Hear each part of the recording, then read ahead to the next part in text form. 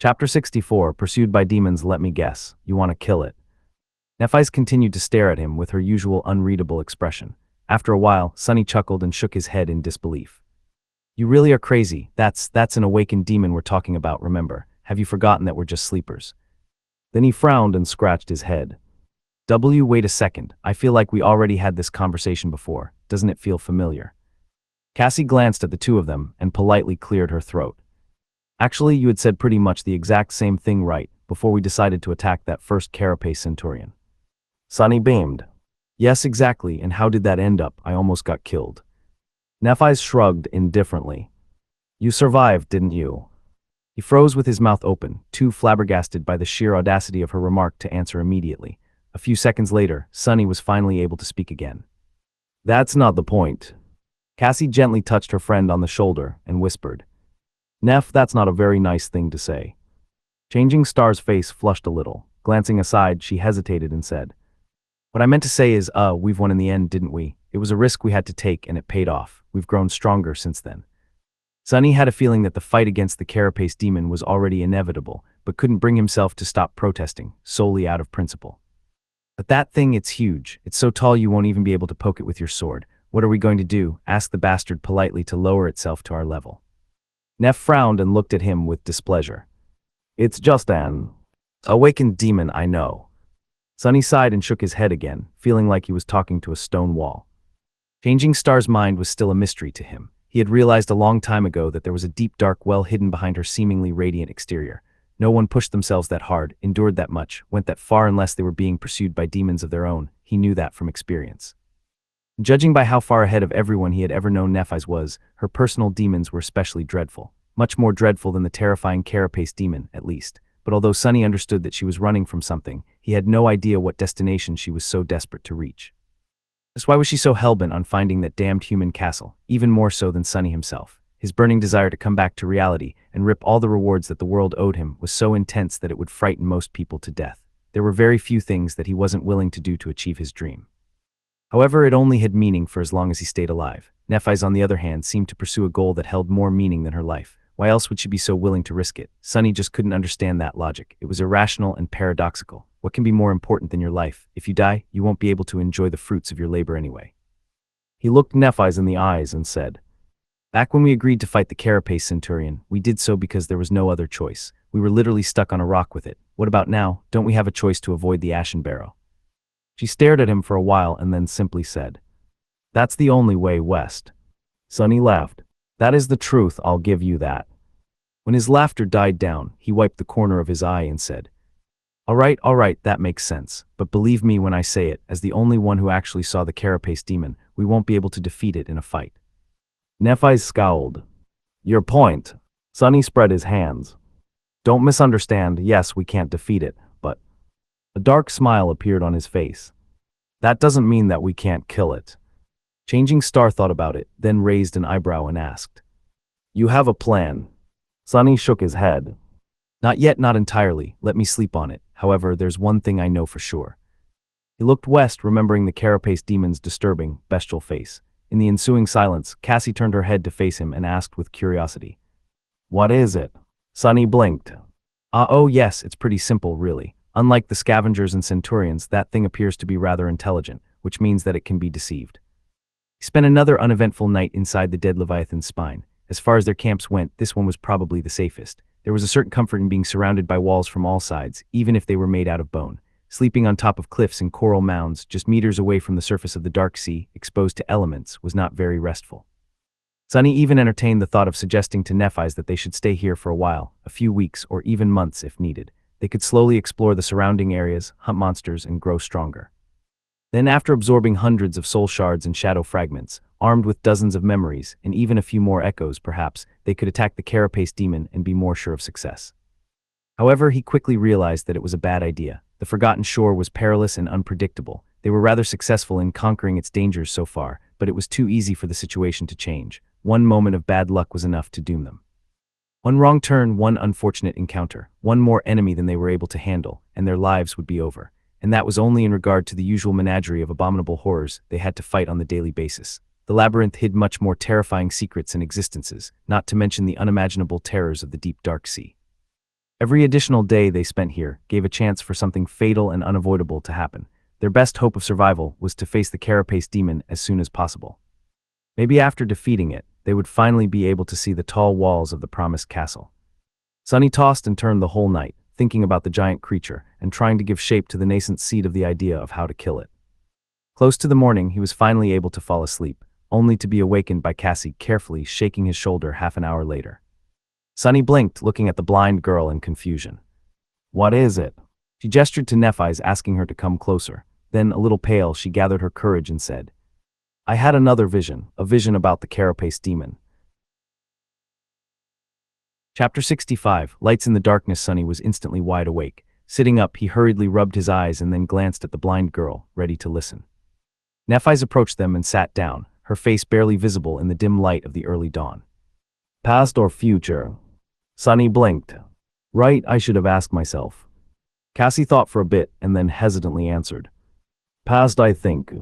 After a short pause, her expression changed to that of certainty. "No, I'm sure of it." Changing Star slightly tilted her head. "That's good, so what did you see?" Cassie deeply inhaled and fell silent for several seconds, remembering. Her face paled a little, but this time she was ready to face her fear. "I saw the ashen barrow deep at night, enveloped in a raging storm. The winds were bending the branches of the great tree, as if desperate to break them. The island was illuminated by the constant barrage of thundering lightning bolts, with rain falling from the skies like a flood." She paused, catching her breath, and continued. The carapace demon was there, standing in the middle of the storm like an unshakable fortress made of polished steel. Arcs of electricity were dancing between the spikes on his armor, but the demon did not pay it any attention. He was just as Sunny described, prideful, sinister, and terrifying. Cassie closed her eyes. When I looked into his eyes, I felt a sense of emptiness and corruption. He observed the storm until it began to dissipate. The winds weakened, the rain stopped. The great tree stood unbroken, just as magnificent as it was before. But then, the last bolt of lightning fell from the sky and struck the ground beside it. Sunny was listening to her tale with great attention, hopeful to hear a piece of useful information. "So that monstrosity is not afraid of lightning. Shame. With its metal carapace, I was almost tempted to try and lure it from under the tree during a storm. Apparently that wouldn't work." Meanwhile, Cassie was ready to carry on. "A bolt of lightning could never hurt the carapace demon, let alone the miraculous tree. However, when it hit the ground, it ignited the fallen leaves that cover the ashen barrow's surface. Soon, a large part of the island was engulfed in fire. In the absolute darkness of the night, it shone like a beacon." Sunny perked up, remembering something. Back when the three of them first met at the beginning of their deadly adventure through the dream realm, the girls mentioned that the light he had seen from the giant knight's statue a few nights prior was indeed made by them. However, making that fire had turned out to be a big mistake. At night, any source of light was like a lure for the monsters of the forgotten shore, including the terrifying creatures that lurked in the depths of the dark sea. That's why ever since, they were careful to never light a fire after sunset, preferring to endure the darkness instead of attracting unknown horrors from beneath the waves. Having a guess of what had happened next in Cassie's vision, he waited for the blind girl to continue. Her voice trembled a little. Before the flames died down, the dark sea surged, and a thing crawled out of it, covering almost the entire slope of the ashen barrow with its body. It looked like a mass of bones and rotten flesh connected by black seaweed, with thousands of horrible eyes staring at me hungrily from beneath, coiling tentacles seething as it pushed itself toward the great tree. Her face turned slightly green. Just remembering the abomination made Cassie feel nauseated, but she gritted her teeth and did not stop speaking. "That was the most repulsive creature I've ever seen. However, it seemed slow and clumsy, as though being ashore outside of the black water was weakening it. The carapace demon did not hesitate to lunge at the creature, completely ignoring the fact that it was at least 10 times his size. It was like he completely lost his mind, enraged by the intrusion on the island." Nephis suddenly spoke. "How did the demon survive?" The blind girl hesitated. "I don't know, I didn't see the battle itself, only its beginning and its end. At the break of dawn, the carapace demon crawled back into the shade of the great T. He was severely wounded, with several of his legs missing and his sides covered by a spiderweb of cracks. The fire was gone, and there was no sign of the sea creature anywhere in sight." She paused for a moment and then said in a quiet voice, "Most terrible wound was on his chest. The steel armor of the demon was fractured and split apart, revealing the beating heart inside. Rivers of azure blood were flowing from the wound, mixing with the ashen sand. The demon crawled to the base of the tree and laid his broken body between its roots." Cassie sighed. "Last thing I saw was the passage of time. I don't know how long it took, but eventually the carapace demon was able to recover from his wounds. His sides restored themselves, his legs grew back. The fracture on his chest was the last to heal. However, it wasn't healed completely. Hidden from sight, there's still a weakness in his armor." Both Sunny and Nephis were silent for a long time, thinking. Changing Star was the first to break the silence. So it's not impenetrable after all. Then she looked at Sunny and asked, "How's your plan coming along?" He blinked, extricating himself from the swarm of thoughts. Glancing at his companions, Sunny smiled. "Pretty well. I already had an inkling of how we should proceed, but Cassie's vision gave me additional inspiration." Nephis raised an eyebrow. "Is that so?" He gave her a confident nod. "Yeah, it's a wild idea, but it might just work. Well, maybe. In any case, it's going to be risky, and we'll have to make some preparations." Both Cassie and Nephis looked at him expectantly. The blind girl cautiously asked, "So, what's your plan? How are we going to deceive the demon?" Sunny crossed his arms. "It's not very complicated. Actually, I got the idea from that ancient fellow Neph likes to talk about. We're going to build." He took a dramatic pause, and then said with a mysterious smile, "La Trojan ass." However, their reaction was not what he had expected. Both girls blinked, then stared at him with complicated expressions. Well, Cassie did not stare since she was blind, but her face was exactly the same as changing stars. "Strange. So what now?" Sunny scratched the back of his head, somewhat embarrassed, and cleared his throat. Did I use the wrong word? I thought that Odysseus guy built a wooden animal, a donkey." Nephis raised a hand and put it on her forehead, closing her eyes. "Weird, does she have a headache?" Are you all right?" She sighed deeply, then said in a flat tone, "A horse, it was a horse." Next day, they returned to the place of the battle between the Carapace Legion and the centipede monsters.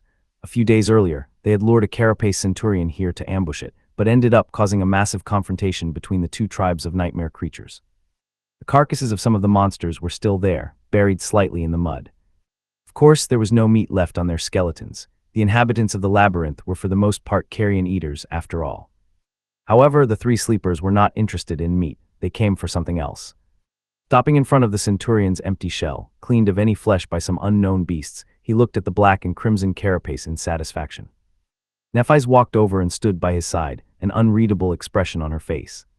"Is this what you wanted?" Sunny smiled. "Yeah, exactly. I knew that nothing would be insane enough to chew on the chitin, but in this place, you never know. I wasn't sure about its condition." "But the condition was good. In fact, it was perfect." Chapter 66, first part of the plan. Close to the evening, with the sun tiredly descending toward the horizon, a strange creature walked out of the colorless remains of the labyrinth, if walking was even the right word. Dragging its legs in the sand, the creature somehow floated forward without moving them. It looked like a carapace centurion, or at least a close approximation of one.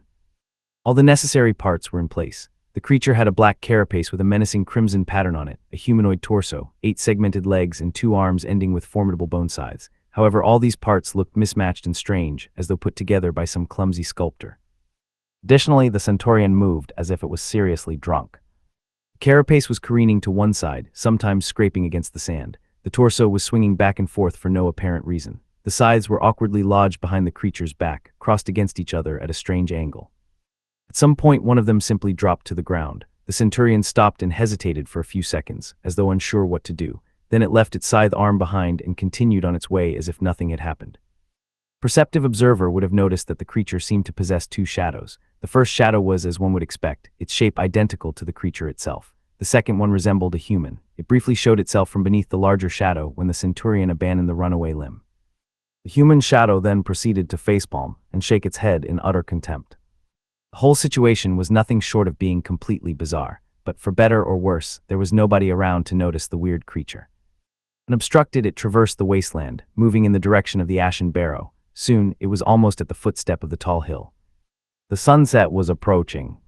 The strange centurion plopped on the ground at the base of the Ashen Barrow and stopped moving completely. Awkward and lopsided, it looked like a parody of the other monster of its kind who had kneeled gracefully at the same spot a few days prior. Additionally, it arrived without a tribute. There was no transcendent soul shard in sight. Added to the disrespectful pose, this transgression was more than enough to get the centurion killed. Perhaps it was suicidal. On top of the barrow, the carapace demon moved and rose from the ashen sand. His shining armor glistened, reflecting the light of the setting sun. Encased in bright metal, with a crown of horns adorning his head, the demon looked fearsome and sinister. Gazing down, he lingered for a few moments. 2 dark scarlet embers ignited in the depths of the demon's eyes. Shifting his terrifying scythes, the giant monster walked forward, slowly descending from the hill to face the strange visitor. The ground shook as he approached. However, the bizarre centurion did not even flinch. In fact, it remained completely motionless. The carapace demon stopped some distance away from the suspicious creature. He observed it, clearly understanding that its pathetic appearance might be a trap. The labyrinth was full of unimaginable dangers. Rashly approaching an unknown foe was not something an awakened demon, who possessed his own form of intelligence, would do. At least that was what the three sleepers had assumed. However, they were wrong. Just a second later, the carapace demon lunged forward. Its scythe flashed through the air, severing the centurion's torso in half. The adamantine chitin was cut apart as though it was made of butter. The upper half of the monster's torso flew off, revealing only emptiness inside. On the other side of the ashen barrow, Sonny, who was running up the slope with all his might, cursed under his breath. That was too soon. He thought that they would have more time. Who knew that the carapace demon would turn out to be such a daredevil? He didn't even hesitate before going all out. With Cassie riding piggyback on his back, Sonny gritted his teeth and tried to run even faster. It was time to switch to Plan B. A moment later, the weird centurion's carapace came apart, setting the echo that had been hiding underneath it free. Pushing the pieces of chitin away with its powerful pincers, the scavenger rushed toward the towering demon. It was aiming to duck underneath it and hopefully mess up the giant's legs. The first part of Sonny's plan was rather simple. They were going to use the remains of a dead carapace centurion to disguise the echo, which was much smaller in comparison, as one of the officers of the carapace legion. Then they would send it to the base of the ashen barrow to lure the demon away. The three of them were going to circle the hill and hide themselves under the gray sand in advance, then run up the slope and to the center of the island as soon as the demon had left. The echo was supposed to buy them enough time to climb the great tree and conceal themselves in its branches. Then, Sonny would dismiss the echo, thus finishing the first stage of the plan. He never intended for the scavenger to actually fight the fearsome demon. However, the carapace demon's unusually swift act of aggression had messed up the timing of the whole thing. The decoy was already destroyed, yet they weren't even halfway to the tree. In this situation, there was no choice but to order the echo to attack, hoping that it could stall the giant monster. That way, of course, Sonny was putting his scavenger at risk. But there was no other choice. Just as he was about to reach the crest of the hill, the echo tried to hide itself beneath the carapace demon's massive body. It was doing the same thing that Nephis had done when fighting the first carapace centurion, intending to use the size of the enemy against it. The difference was that this time, the smaller participant of the fight was clad in a sturdy carapace, as opposed to a squishy human girl who had no protection. Even if the demon tried to crush the scavenger with its weight, it wouldn't be able to kill it. However, the demon understood it too. Moving with incredible speed, he shifted his torso and struck out with a pincer. The scavenger was swatted away like an irritating insect, flying through the air and heavily crashing onto the ground. Its carapace had almost cracked. Running toward the great tree, Sonny grimaced. He wanted to dismiss the echo, but knew that it was too soon. They needed more time. Ahead of him, Nephis was already approaching the enormous black trunk. Not wasting any time, she removed the seaweed rucksack from her back, gently laid it on the ground and began climbing, grabbing onto the cracks of the onyx bark. Meanwhile, the echo was shakily rising to its legs. A stubborn light was burning in its eyes. Producing a loud screech, it clacked its pincers in the air and once again rushed toward the demon. "Go get him, buddy," Sonny screamed inwardly, wishing his scavenger luck with all his heart. The smaller creature bravely ran toward the steel behemoth, raising its pincers to attack. It was followed by two shadows, one bestial, the other one human. Sonny was quickly shortening the distance to the great tree. Below the hill, the carapace demon calmly stepped toward the rushing enemy. Its four arms moved in unison. Suddenly, the scavenger's arms were sliced off. Its body was gripped in two giant pincers and raised into the air. Sonny didn't even have time to react. Fraction of a second later, the demon slightly strained its arms and tore the echo in two, separating its torso from the carapace and crushing both halves into a bloody pulp. On top of the hill, Sonny stumbled. A familiar voice resounded like a tolling bell in his ears. "Your echo has been destroyed." Chapter 67, Racing Against Time. Your echo has been destroyed. Sonny stumbled and almost fell. Cassie gripped his shoulders tightly and leaned back a little, trying to help him keep balance. With fallen leaves flying from under his feet, Sonny somehow managed to catch himself in time. No. Anger and regret clouded his mind, but it was too late to do anything. His trusty scavenger was dead, sliced and torn apart by the giant creature. The ease and brutality with which the carapace demon had decimated the poor brave beast would have been insulting, if it wasn't so terrifying. It only took him a split second. The echo was gone. Not only had Sonny seen its tragic end through the eyes of his shadow, he also felt the subtle connection between them disappear. In his soul sea, one of the spheres of light shimmered and vanished, leaving the silent surface of the water a little bit darker. He had lost his most valuable possession. But the bitterness Sonny felt was not only because of how useful the echo had been, or how much money it could have brought him in the real world. He had actually grown to like the mindless scavenger quite a bit. It was big, loyal, and reliable. It even seemed to possess a strange sort of stubborn, off-putting personality. And now it was dead. Gritting his teeth, Sonny ran like a madman. There would be time to mourn the loss of the loyal Echo later. Right now, they had bigger problems. "Sonny, what happened?" Cassie's whisper sounded worried and tense. She must have felt the change in his mood through his posture and body language. Be completely honest, Sonny was in no shape to talk. Running up the hill at top speed with the blind girl on his back, no matter how delicate and light she was, had been a tall task for him without the support of the shadow. He was struggling to breathe, and there was still a considerable distance to the great tree. However, Sonny had to answer, his voice hoarse and rugged. "He killed the Echo." Then there was no time for words anymore, because things were turning from bad to worse. Down at the bottom of the hill, the carapace demon was standing above the mutilated remains of the scavenger, looking at them with contempt. Heavy drops of azure blood were falling from each of his 4 upper limbs. Suddenly, the corpse of the Echo began to shine with soft light. Then it shimmered and dissolved into a river of tiny sparks, which then fell to the ground and disappeared, leaving no trace of the hulking scavenger behind. Even its blood on the demon's scythes and pincers was gone. After all, the Echo was just a manifestation of a slain nightmare creature, and not the real thing. It came from nothing and was now returned to the state of nothingness. However, the carapace demon was not looking at the unexpected light show. Instead, he was staring at one particular spot on the ground. There, a lonely human shadow was frozen in confusion, uncertain what to do. With the body of the Echo, and consequently its spacious shadow, gone, it was instantly revealed and had nowhere else to hide. "Crap." The demon tilted his head, then moved with the speed of lightning and pierced the shadow with a scythe. Sonny flinched, ready to experience blinding pain. But nothing happened. The shadow, which had raised its hands in fright, looked down at the massive blade protruding from its chest and scratched its head. It was completely fine. Well, of course, it was just a shadow, after all. One had to have a body to be susceptible to such attacks. Right, what else did I think would happen? Meanwhile, the demon was staring at the nonchalant shadow. The menacing scarlet light in his eyes blazed brighter. Sonny was getting closer to the trunk of the tree, temporarily fueled by adrenaline. Otherwise, he might have fainted from the strain already. Just a little more. They had every chance of making it. The shadow just had to distract the giant monster for a bit. But it seemed as though luck was not on his side today. Down below, the carapace demon retrieved his scythe. However, instead of attacking the human shadow again, it suddenly turned around and cast a dark look at the top of the ashen barrow, where the giant tree stood in all its magnificent beauty. The bastard was smart after all. Curse it all. Forgetting about the shadow, the behemoth lunged forward, rushing back up the tall hill slope. It moved with frightening speed, covering a dozen meters with each second. "Get back here," Sonny screamed to his shadow as he approached the trunk of the tree. Helping Cassie climb down from his back, Sonny picked up the rucksack that Nephis had left behind and handed it to the blind girl. "Be gentle with that." Cassie nodded, well aware of the contents of the rucksack, and carefully hung it on her shoulder. At that time, Changing Star had already reached the lowest branches of the great tree. Not wasting any time, she moved to a spot above her companions, summoned the golden rope, and threw one of its ends down. Catching the rope, Sonny quickly tied a loop and handed it to Cassie. "You go up first." The blind girl hesitated for a moment, then accepted it. Just as she was about to put her foot inside the loop, Sonny suddenly stopped her. "Wait, summon your staff." The wooden staff that Cassie used to walk was actually a magical item capable of summoning strong winds. In their travels, they rarely had a cause to use it, but now it could come in handy. Surprised and unsure of the reason, she nevertheless did as he had asked, summoning the memory from her sea of soul. The wooden staff appeared in her hand. Sonny lightly hugged the blind girl from behind and turned her body, guiding the hand holding the staff in the necessary direction. Then he said, "Now summon the wind."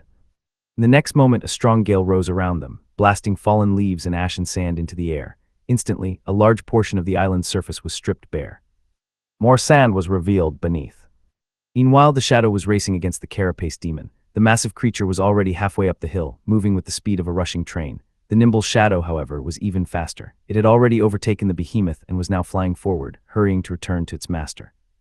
"Good, now go." Sonny helped Cassie put her foot into the loop and stepped back, watching as Nephis pulled the rope up. She was going as fast as she could, which was really fast by human standards.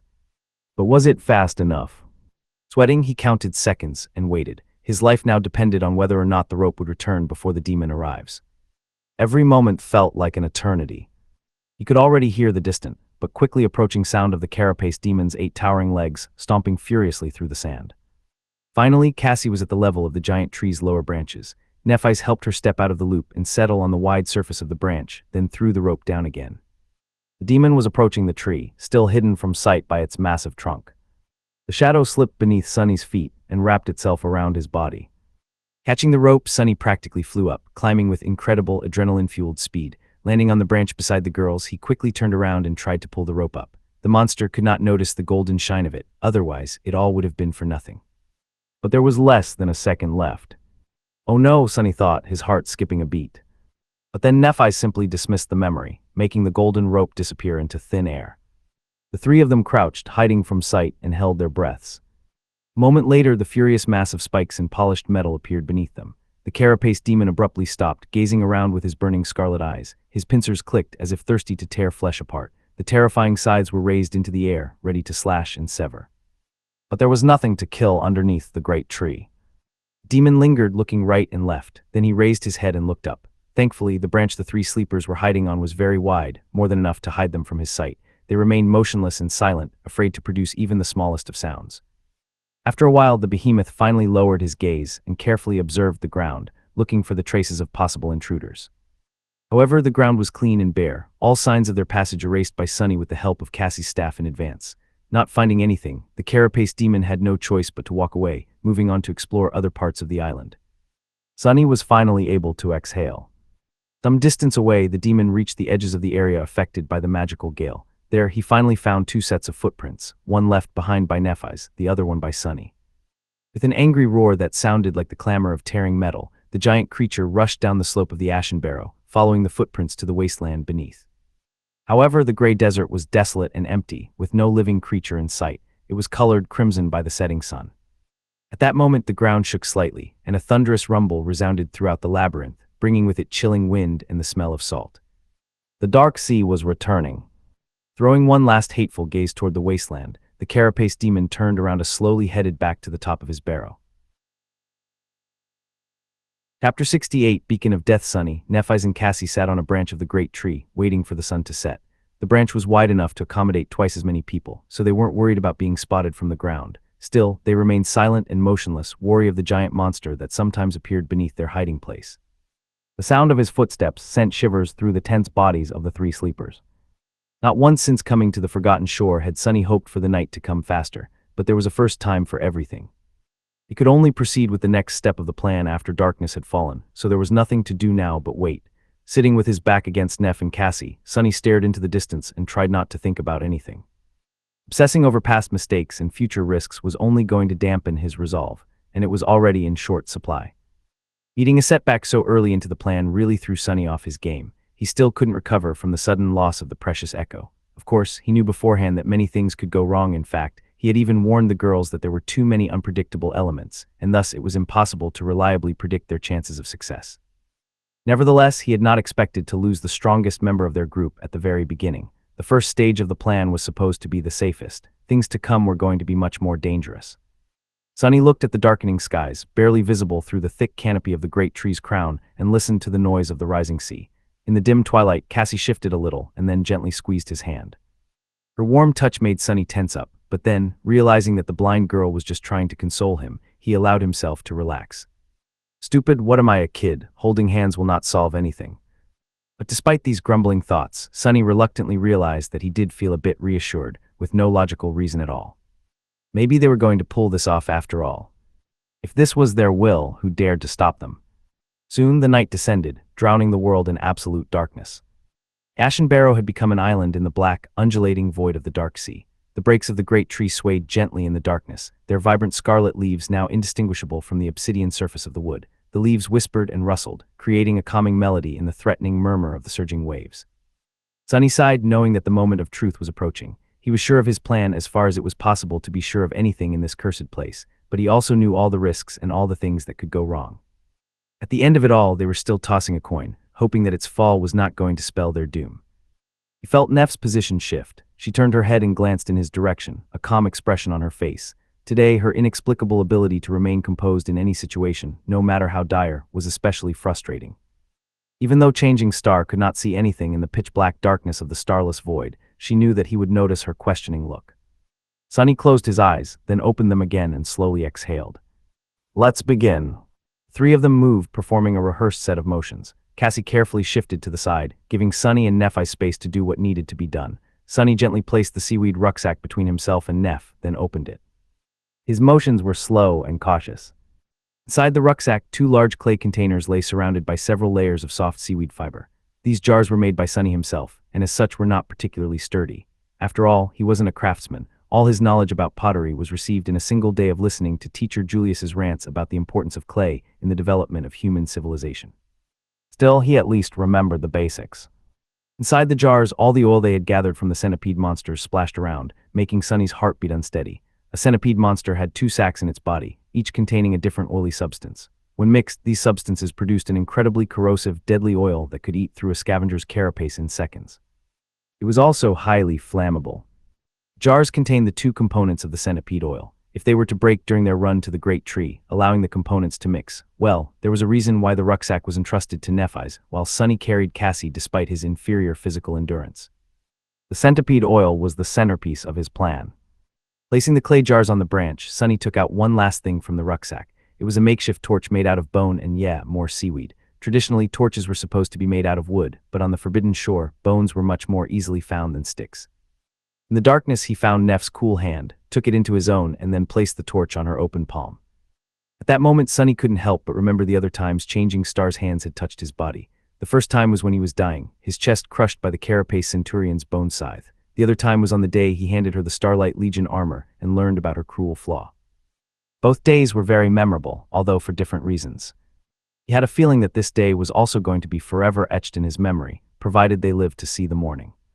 Sonny deeply inhaled. "I'm ready."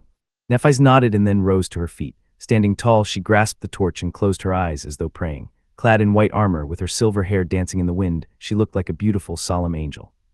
Then white radiance ignited beneath her eyelids. In the next moment, bright fire burst from beneath her hands, igniting the top of the torch. Changing Star opened her eyes, extinguishing the light shining in them, and raised the torch high above her head. In the lightless world, this single small flame looked like a lonely star, drowning in the sea of darkness. Simultaneously, Sonny stepped to the edge of the branch, inhaled deeply, and screamed at the top of his lungs. "Hey asshole, come get me if you dare." Then all hell broke loose. Attracted by the sudden burst of light and Sonny's belligerent cries, the Carapace demon appeared out of nowhere in a storm of fury. Its towering legs tore through the ashen sand, throwing clouds of it into the air. 2 scarlet eyes immediately focused on the shouting human, sending a nervous shiver through Sonny's legs. "Yeah, right here, you pile of scrap. Come and get it, fat lobster. This is my island now," he shouted, pretending to not be scared out of his wits. The demon dashed toward him. This behemoth was as tall as a house, but still not tall enough to reach the branches of the great tree with his scythes, so for the moment, Sonny was still safe. He was pretty sure that this won't be the case for long, but it was enough time to bring the plan to fruition. If he doesn't miss. Just as the Carapace demon was about to appear right beneath the branch Sonny was standing on, he took a deep breath, aimed, and tossed both of the jars down. The creature reacted with lightning speed, slicing both jars into pieces with his horrible scythes. However, it was of no use. The oily liquids contained inside still rained on its carapace in a torrent, followed by a scattering of clay shards. If anything, it only made the surface of the impact larger, covering most of the demon's metal carapace in a layer of liquid. The 2 components mixed, producing the deadly corrosive oil, which then burned into the lustrous armor. Sonny held his breath. However, the centipede monster's oil, which was capable of destroying the unbreakable chitin of both scavengers and centurions, turned out to be completely ineffective against the strange alloy covering the Carapace demon's body. It didn't even leave a scratch on it. Sonny's face darkened. "That's..." Nephis silently appeared by his side, raising an arm. "Just as I expected." Luckily, Sonny did not put a lot of value on the oil's corrosive qualities, to begin with. He needed the oil for its other quality. Its flammability. Guided by the loud sounds produced by the massive monster, Nephis moved and threw the torch down with a powerful swing of her arm. Spinning, the torch streaked through the air like a meteor, and landed right in the middle of the demon's carapace. In the next second, the giant creature was engulfed in flames. Sonny did not really expect the fire to be able to damage the demon. He was sure that the behemoth could withstand much more than just simple heat. But now, covered in the burning oil, the Carapace demon shined brightly in the pitch-black night of the Forgotten Shore. He had turned into a fiery beacon, calling all the monsters of the cursed dark sea to come crawling from its black depths. Chapter 69. The giant demon was engulfed in flames, shining like a bright beacon in the hungry darkness of the night. His polished armor blazed with reflected light, sending radiant glints in all directions. Drops of burning oil were falling to the ground, flaring up as they hit the ashen sand. For a second, it seemed as though time had stopped. Sonny was staring at the incandescent glow of the fire, his eyes wide, almost failing to believe that they had actually pulled this insanity off. Nephis was frozen by his side, her hand still outstretched after the throw. But they pulled it off. Sunny never seriously considered facing the carapace demon in an honest battle, if a battle between a giant death machine and three powerless humans could even be called honest. However, their lacking strength did not mean that they could not murder the evil creature. They just had to be smart about how to do it. For example, they could find something stronger to do the dirty work for them. That's why he had concocted a plan to sneak onto the Ashen Barrow, wait for the night to come, lit the behemoth aflame, and watch it be torn apart by the terrifying monsters of the Dark Sea. And now they were halfway to making that plan a reality. Of course, the most dangerous part was yet to come. They still had to survive the attack of the creatures of the Black Water themselves, and before that. Carapace Demon roared with fury, making Sunny feel like his ears were going to bleed. The roar sounded like a deafening cacophony of rusted metal being torn apart by giant claws. Two scarlet eyes shone through the conflagration of flames, piercing the young man with a concentrated beam of murderous hatred. Before that, they had to last until the sea monsters arrive. Infuriated Demon was out for their blood, and no one knew how much time it would take for the dark sea creatures to appear on the Ashen Barrow. Sunny was scared that the demon was capable of performing ranged attacks. If not, he might be able to climb the tree to get to them, or try to kill them in a way that they had not even considered. In the worst-case scenario, they would have to endure his rage for quite a while. Looking into the giant's hateful eyes, he sensed that the creature was thinking in the same direction. When the demon glanced in the direction of the great tree's obsidian trunk, Sunny's heart suddenly skipped a bit. However, in the end, cold rationality won over seething rage in the carapace demon's mind. Instead of wasting time trying to get to the three tiny humans, he suddenly rolled on the ground, hoping to use the sand to douse the flames dancing on his carapace. The whole island shook, almost throwing Sunny off the branch. Crap, why did the bastard have to be so smart? For a moment, Sunny entertained the idea that the demon was actually going to succeed in extinguishing the fire before the dwellers of the depths had noticed it. But he didn't have to worry. Suddenly, Nephis turned to face the dark surface of the sea. Her face paled slightly. Sunny was a second late to react, but almost instantly, he too felt a strange change in the world around them. It was hard to describe with words. The rustle of the scarlet leaves suddenly felt quieter, the sound of the waves crashing against the shores of the Ashen Island louder. It was as though some invisible pressure descended on the world, making everything feel slightly different. Then the air became colder, and a wall of thick fog appeared above the dark waters. The carapace demon had also noticed this change. He stopped trying to douse the flames and rose from the sand, the oil still burning on his carapace. Not paying it any attention anymore, the demon turned to the sea, a sense of grim resignation radiating from his posture. Then it was replaced by dark resolve and frenzied bloodlust. Fog slowly moved, crawling onto the island. Sunny felt shivers run down his spine, realizing that it was flowing against the wind. The sound of waves was now muffled and changed, almost imperceptibly so. And there in the fog something was moving. He could almost make out a figure. It was. Suddenly Cassie's small palm covered his eyes. With her voice trembling with tension, she whispered, "Don't look, no matter what happens, don't open your eyes." Sunny froze, obediently shutting his eyes. A cold sense of fright wrapped itself around his heart. He had never heard the blind girl's voice sound like this before, not even when she was recalling her terrifying visions. Cassie slowly removed her hand. Blinded, he could only rely on his hearing. At least that was what he thought until the cold fog touched his skin. Then, in the muffled silence, he heard Cassie's voice again. Only this time it was distorted and coming from the wrong direction. "Don't look, don't look, don't look." Sunny gulped, feeling his hair stand on end. The sound of the blind girl's distorted voice echoed in the fog, surrounding him from all sides. Instead of growing quieter, it was becoming louder, overlapping over itself. "Don't look, don't look, don't look, don't look." Then it grew even louder still and turned into a cacophony of screams, crashing into Sunny like a wave, sounding nothing like what human vocal cords could ever produce. "Don't look, don't look, don't look, don't." Sunny stood paralyzed, stunned by the onslaught of inhuman shrieks. All he could do was try not to fall to his knees, and then, when his resilience was almost broken, everything suddenly stopped. The abrupt silence enveloped the world, making him exhale with relief. It was over. A few seconds later, Cassie whispered into his ear, "Open your eyes." After hearing the clear sound of her voice, Sunny was about to do as she told. Then he stopped. Her voice did not sound terrifying and distorted. It was just as usual, sweet and melodic. It even came from the right direction, but something about it was wrong. What? He lingered, keeping his eyes closed. Why was it so calm? Why didn't he feel the warmth of her breath as she leaned close to whisper into his ear? And how could she lean if he was taller? Sunny froze, afraid to even breathe. Cassie's clear, familiar voice repeated, "Open your eyes, open." Then mere centimeters away, it exploded with cold, malevolent authority. "Open your eyes." But he didn't. A second passed, then another, then one more. Each of them felt like an eternity. Sonny trembled, practically feeling his body aging. Finally, the voice returned, but this time it felt as though it was further away, withdrawing. No matter, no matter. Soon he was able to hear the rustling of leaves and the sound of waves again. He could also hear Cassie and Neph breathing ruggedly beside him. It seemed that they were also assaulted by the terrifying mimic. And also, somewhere beneath them, the carapace demon roared and hit his sides against each other. The loud clamor of steel resounded beneath the great tree, sending an almost palpable wave in all directions. This wave seemed to expel the unnatural fog, creating an enormous sphere of clean air. Sonny still kept his eyes shut. In the next moment, the whole island trembled as the demon clashed with the unknown horror that had been hiding in the fog. Something shattered with a deafening thunder, and the ground shook again, causing the branches of the great tree to sway. With his hands trembling, Sonny outstretched them and grabbed onto his companions, drawing them close. Holding each other, they listened to the sounds of the furious battle and waited. An eternity later, the fight between the carapace demon and the guest from the depths was over. Silence had returned to the ashen barrow once again.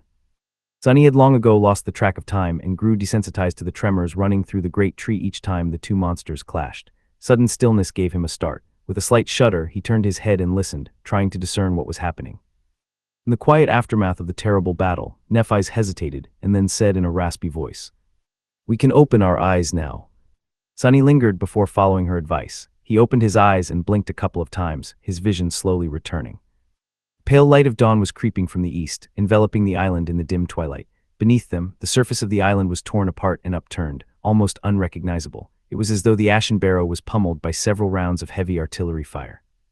And on that surface, damn it, the carapace demon was slowly limping back from the edges of the island, leaving a trail of azure blood behind. He was heavily wounded and in a terrible shape, with several limbs missing and a spiderweb of cracks covering his once pristine carapace. Two of his arms were gone, leaving him with a single scythe and a single pincer. Most of his rear legs were either broken or severed, forcing the behemoth to walk in a strange, unsteady gait. However, he was still alive. More than that, none of the armor plates covering his vital organs were seriously damaged, his metal shell still strong and impenetrable. Sonny clenched his fists and glanced at Neph, a dark expression on his face. What do we do?" Changing Star looked down. There was a cold glint in her calm, gray eyes. Stretching her arm to the side, she summoned her sword and said, "Finish him off." Chapter 70, Judgment of the Blade. Sonny looked at the wounded demon, a grim look of resolve on his face. At this point, there was no reason to argue. They had no other choice but to face the guardian of the island themselves. Sonny's bag of tricks was all empty anyway. In the end, their fates were still going to be decided by sharp blades. Someone was going to get killed, and someone was going to be the killer. How are we going to deal with his armor? Nephis weighed the sword in her hand and glanced down. "I will break through the armor. Can you create an opening?" Sonny nodded, not wasting time on unnecessary questions. If Changing Star was certain of her ability to cut through the demon's carapace, he had no reason to doubt it.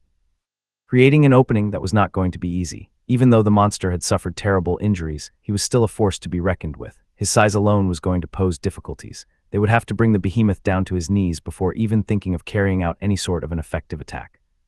And he was not just going to stand still under their assault, either. But what else was there to do? While Nephis was tying the golden rope to the branch, Sonny walked over to Cassie and lightly squeezed her shoulder. She tried to force a smile. "I take it that the carapace demon is still alive." Despite the heavy, cold, dark feeling gripping his heart, Sonny tried to make his voice sound relaxed and carefree. "Yeah, but just barely, don't worry too much. This whole thing will be over in no time. One way or another," he added inwardly. Cassie's smile weakened. She was clearly not convinced by his clumsy attempt to reassure her. Sonny hesitated. "Hey, have you ever eaten demon meat?" The blind girl was clearly surprised by his question. "What? No." Sonny grinned. "How about a demon steak? I'm an excellent cook, I'll have you know, I think." Neph had sort of monopolized the preparation of food, so I had no chance to put all the knowledge from the wilderness survival course to practice. Teacher Julius had indeed spent a lot of time teaching him how to cook all kinds of seemingly inedible things, as well as meats of all sorts of nightmare creatures, in preparation for his journey into the dream realm. Here, hunger was as much of an enemy as the fiercest of monsters. "As soon as we get our hands on some demon meat, I'll make you a steak. It'll be the most delicious demon steak you had ever eaten, I promise." Finally, a real smile appeared on Cassie's face. She gave him a courteous nod. "All right, that's a promise then." Meanwhile, Nephis was done with the rope. She threw it down without hesitation and glanced at him. "Are you ready?" Sonny sighed and closed his eyes for a second, feeling the strength of his body being enhanced by the shadow. Yes, let's do this. As soon as their feet touched the ground, Sunny felt a heavy gaze burning a hole in his chest. Glancing up, he saw the crippled carapace demon staring right at him, a dark glint shining in his one remaining eye. The other one was gone, leaving only a bleeding black gap behind. At this distance, the damage dealt to the demon's body seemed even more debilitating. Its carapace was fractured in several places and covered in cracks, each seeping with azure blood. Sadly, none of the cracks were near the vital organs. His horns were shattered, as was one of his front legs, in addition to several rear ones that were either broken or torn off completely. The stumps of his two severed arms were pressed tight against his torso to stem the heavy bleeding. The other two were hanging to the ground, almost brushing against the ashen sand. The giant monster looked broken and tired. However, it was still terrifying, perhaps even more so than before, because despite the horrible wounds, his gaze was still firm and full of evil intelligence. It was still radiating madness and bloodlust, which was now concentrated on Sunny and Nephis, the architects of his sorry state. First beams of the rising sun shone on the spikes covering the demon's once lustrous carapace, painting them in shades of burning crimson. Sunny summoned the azure blade and glanced at Nephis. Be careful, he's lightning fast. He was the only one who had seen the terrible creature in action. As such, only he knew how dangerous the demon really was. Nephis nodded, not taking her eyes off the enemy, and stepped forward. Two of them walked toward the waiting carapace demon. Sunny was slightly ahead and aiming to circle the behemoth from the right, the side where the demon had both his last remaining scythe and eye. Changing Star was a step or two behind him, aiming to circle the creature from the left, the side where his pincer arm was slowly rising into the air. In this battle, Sunny's role was to take the brunt of the enemy's attacks, letting his partner deal the lethal blow when the time was right. Through the tacit understanding that they had developed through surviving dozens of life or death situations, the two of them were able to cooperate without speaking a single word, fighting almost as one. This was their main advantage. As they were closing in, Sunny felt a slight shift in the demon's posture. Instantly, he knew that hell was about to break loose. He had warned Nephis about the speed of their enemy, but he also had to deal with it himself. Sunny knew that he was much slower than the giant creature, but he still had to find a way to dodge the massive, terrifying scythe. It wasn't as bad as it seemed. Speed wasn't everything in a fight. Take, for example, Changing Star's training fight against the proud scion of the Hanley clan. Castor possessed an aspect ability that made him 10 times faster than the silver-haired girl at least. However, in the end, he only won by a hair's breadth. Nephis had almost smashed his face with an unexpected elbow strike. He had been able to catch Castor unaware not because of her fast reaction. With that big of a difference between their speeds, no amount of reaction could have helped her. Instead, she was able to predict and manipulate the opponent's attacks, starting the strike even before Castor himself knew that he was going to end up in the path of her elbow. She was in control of the battlefield. Now they had to repeat that feat against the ancient demon of the Forgotten Shore. Luckily, his speed advantage was not nearly as insane as Castor's. Almost simultaneously, Sunny and Nephis lunged forward, attacking the behemoth from different sides. He also moved, ready to tear them apart. Both his pincer and his scythe rose into the air. Sunny was running as fast as he could, the azure blade outstretched behind him. A fire of cold resolve was burning in his heart. He was ready to live or die by his blade. However, in the next moment, his leg seemed to slip in the sand, and as his eyes opened wide, Sunny stumbled. Not wasting the opportunity, the carapace demon attacked. The terrifying scythe tore through the air, aiming to cut the helpless human in half. But it hit only sand. Sunny, who had feigned his loss of balance to bait the demon's strike, easily avoided the deadly blade by jumping to the side at the last second. He wasn't quite at the level where he could predict every move of the enemy. Instead, manipulating the enemy into performing a predictable attack was easier. After all, deceit and manipulation were his forte. Temporarily safe from the threat of the scythe, Sunny dashed toward the demon's legs. At the same time, Nephis had managed to avoid the massive pincer and was closing in on them too. They reached their goals almost simultaneously, one from the right, the other from the left. Sunny slashed with the azure blade, feeling it hit the polished armor and bounce back without leaving even a slight scratch on it. Dull pain radiated through his hands. On the other side of the behemoth's massive body, Nephis achieved more success. She had attacked the already injured front leg of the monster, cutting deep into his flesh through the wide crack in the metal plate. Severely damaged, the leg wasn't able to support the weight of the giant creature anymore. It buckled, sending the demon reeling. At this point, a scavenger or a centurion would have lost their balance and fallen to the ground. However, the carapace demon was too smart and experienced. He compensated for the loss of another leg by shifting his body weight to the opposite side and thrusting his scythe into the ground to remain stable. Damn it. Sunny had really hoped that the bastard would fall down, because then he wouldn't have had to do what he was about to do next. But now there was no other choice. Cursing inwardly, Sunny briefly looked up at the massive body of the giant demon. Heavens only knew how much that thing weighed. Then he held his breath and ducked right beneath the carapace demon's steel abdomen. Chapter 71. One small mistake. With the carapace demon using his deadly scythe to support the weight of his body, Sunny was temporarily safe from its sharp blade. Of course, the monster had other means of attack. Each one of his towering legs was like a siege ram, dangerous and capable of devastating destruction.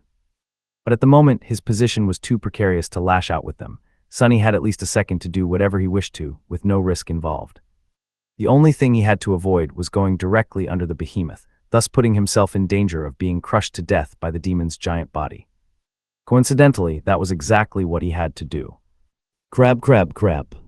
Glancing up at the massive armored creature, Sunny cursed and dashed forward. A moment later, he dove underneath the carapace demon, feeling the thick shadows swallow him whole.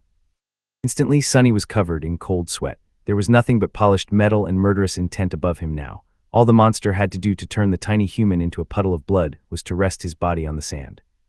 Under the crushing weight, Sunny's organs would burst and his bones would turn to dust. There wouldn't be anything solid left of him at all, only a thin layer of bloody goo smeared across the ground. Not the best situation to find yourself in. With his nerves on the verge of melting, Sunny brandished his sword and rushed forward. His eyes were glued to the joints of carapace demon's legs. He was utterly focused, looking for the slightest movement, waiting for it. With no room for error, Sunny pushed every unnecessary thought and emotion into the farthest corner of his mind, not allowing dread, doubt, and his tendency to overthink things to slow him down, even by a fraction of a second. Time moved excruciatingly slowly. It felt as though hours had passed, but in reality, it was only a couple of moments. Sunny was only at the second pair of the giant monster's legs. It was then that he finally noticed the almost imperceptible change in the demon's posture. The tension in his joint changed slightly, indicating that the behemoth was about to move. This was the sign that Sunny was both hoping for and terrified of. Now, his survival was wholly dependent on whether or not he was fast enough. As soon as his eyes had registered the change in the creature's posture, Sunny pivoted on one leg and dashed to the side, trying to get away from underneath the armored giant. A small cloud of sand was sent flying by his sudden turn. But the demon was incredibly fast. He threw his body down, determined to squash the odious invader like a bug. With inertia and the limits of his human body slowing Sunny down, he felt the metal surface of the carapace begin to fall down on his head long before reaching the safe zone. Death was approaching with abhorrent speed. One step, too, was he going to make it in time? The carapace demon fell to the ground with a thunderous crash, sending large clouds of sand into the air. The impact was so strong that the whole island trembled. A furious mass of falling metal and spikes missed Sunny by just a few centimeters. He flew from underneath the demon's body at the last possible moment by performing a desperate dive. Crushing into the sand, Sunny rolled away and jumped back to his feet, slightly disoriented by the shockwave of the giant's fall. How I actually managed to survive. Sometimes life was full of surprises. But all jokes aside, he was not really astonished. His actions, while potentially fatal, had been deliberate and calculated. He was not in the habit of putting his life at risk without being sure that there would be at least a moderate chance of making it out alive. His actions were also always purposeful and pursued a specific goal. In this case, it was to bring the carapace demon down. Only by forcing the giant creature down to the ground, in reach of their blades, could they hope to kill it. In that sense, this dangerous gamble ended in resounding success. The bastard was now lying on his abdomen, his carapace and humanoid torso, where all the vital organs were situated, well in the changing star's attack range. Now Sunny just had to create an opening for her to deal the fatal blow, although he still had no idea about how she was planning to bypass the impenetrable barrier of the demon's armor. However, creating that opening was not going to be a trivial task. Despite the fact that the monster's mobility was now severely reduced, the distance between him and the two sleepers was also much smaller, which made dodging his attacks that much harder. Sunny was about to experience that hardship for himself. He was barely back on his feet when the terrifying scythe flashed through the air, threatening to slice his body in half. Sunny had no idea how Nephis was doing on the other side of the creature's enormous body against the pincer, but dealing with the scythe was almost beyond his abilities. The burning eye of the demon that followed his every move was not helping the situation at all. With very little time to react, Sunny did the only thing he could think of. He jumped as high as he could and pulled his legs up to his chest, performing a very awkward forward somersault. Because of the number of shadow fragments he had consumed and the physical enhancement brought by the shadow, the height of his jump was nothing short of impressive by human standards. The scythe's blade whistled beneath Sunny, so close that he could feel the wind brushing against his face. Landing on the ground, he dashed forward. Sunny knew that the scythe would come back, but he had a second or two to change his position, getting in front of the behemoth. He had to make the giant creature forget about Nephis completely and concentrate fully on dealing with him, and him alone. To do that, he had to get in range of both the scythe and the pincer. What a lovely task. Feeling that his time was running out, Sunny spun around and raised the azure blade. Just as he thought, the carapace demon was already bringing the scythe down at him again, this time in a ruthless horizontal thrust. The sharp tip of the scythe was flying through the air, aimed at his chest. However, he had slightly underestimated the demon's reaction time. As the result, there was already no time to dodge. One small mistake was the difference between life and death on the Forgotten Shore. The scene of their first fight against a carapace centurion flashed in Sunny's mind. The situation was eerily similar to this one, with the inescapable doom approaching him at the speed of lightning, too swift and close to be avoided. Brought by the blade of a carapace creature's scythe. Sunny wasn't the same as he was before. Since that fateful battle, he had spent every day training, gaining experience and gathering power. He had fought his way through this hell, paying a price of blood for every step. He wasn't that easy to kill anymore. Instead of soft flesh, the scythe was met by the hard steel of the azure blade. Not only did Sunny block the blow, he even managed to angle the sword in a way that would deflect most of the impact, instead of absorbing the full force of it. One of his hands was placed on the hilt, the other gripped the tip of the blade with enough strength to prevent the edge from cutting his fingers off.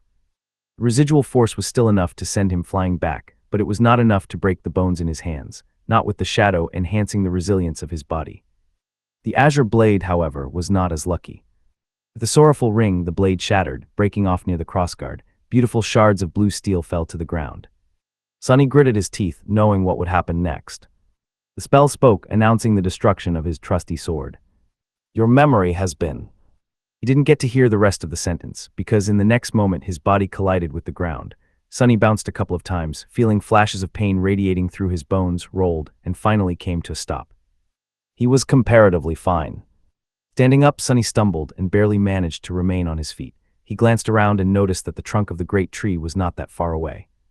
24 meters away, the carapace demon was slowly turning his head, planning to concentrate his murderous rage on Nephis. This was the exact opposite of what Sunny had to achieve. He had to attract the monster's attention somehow. But what could he do?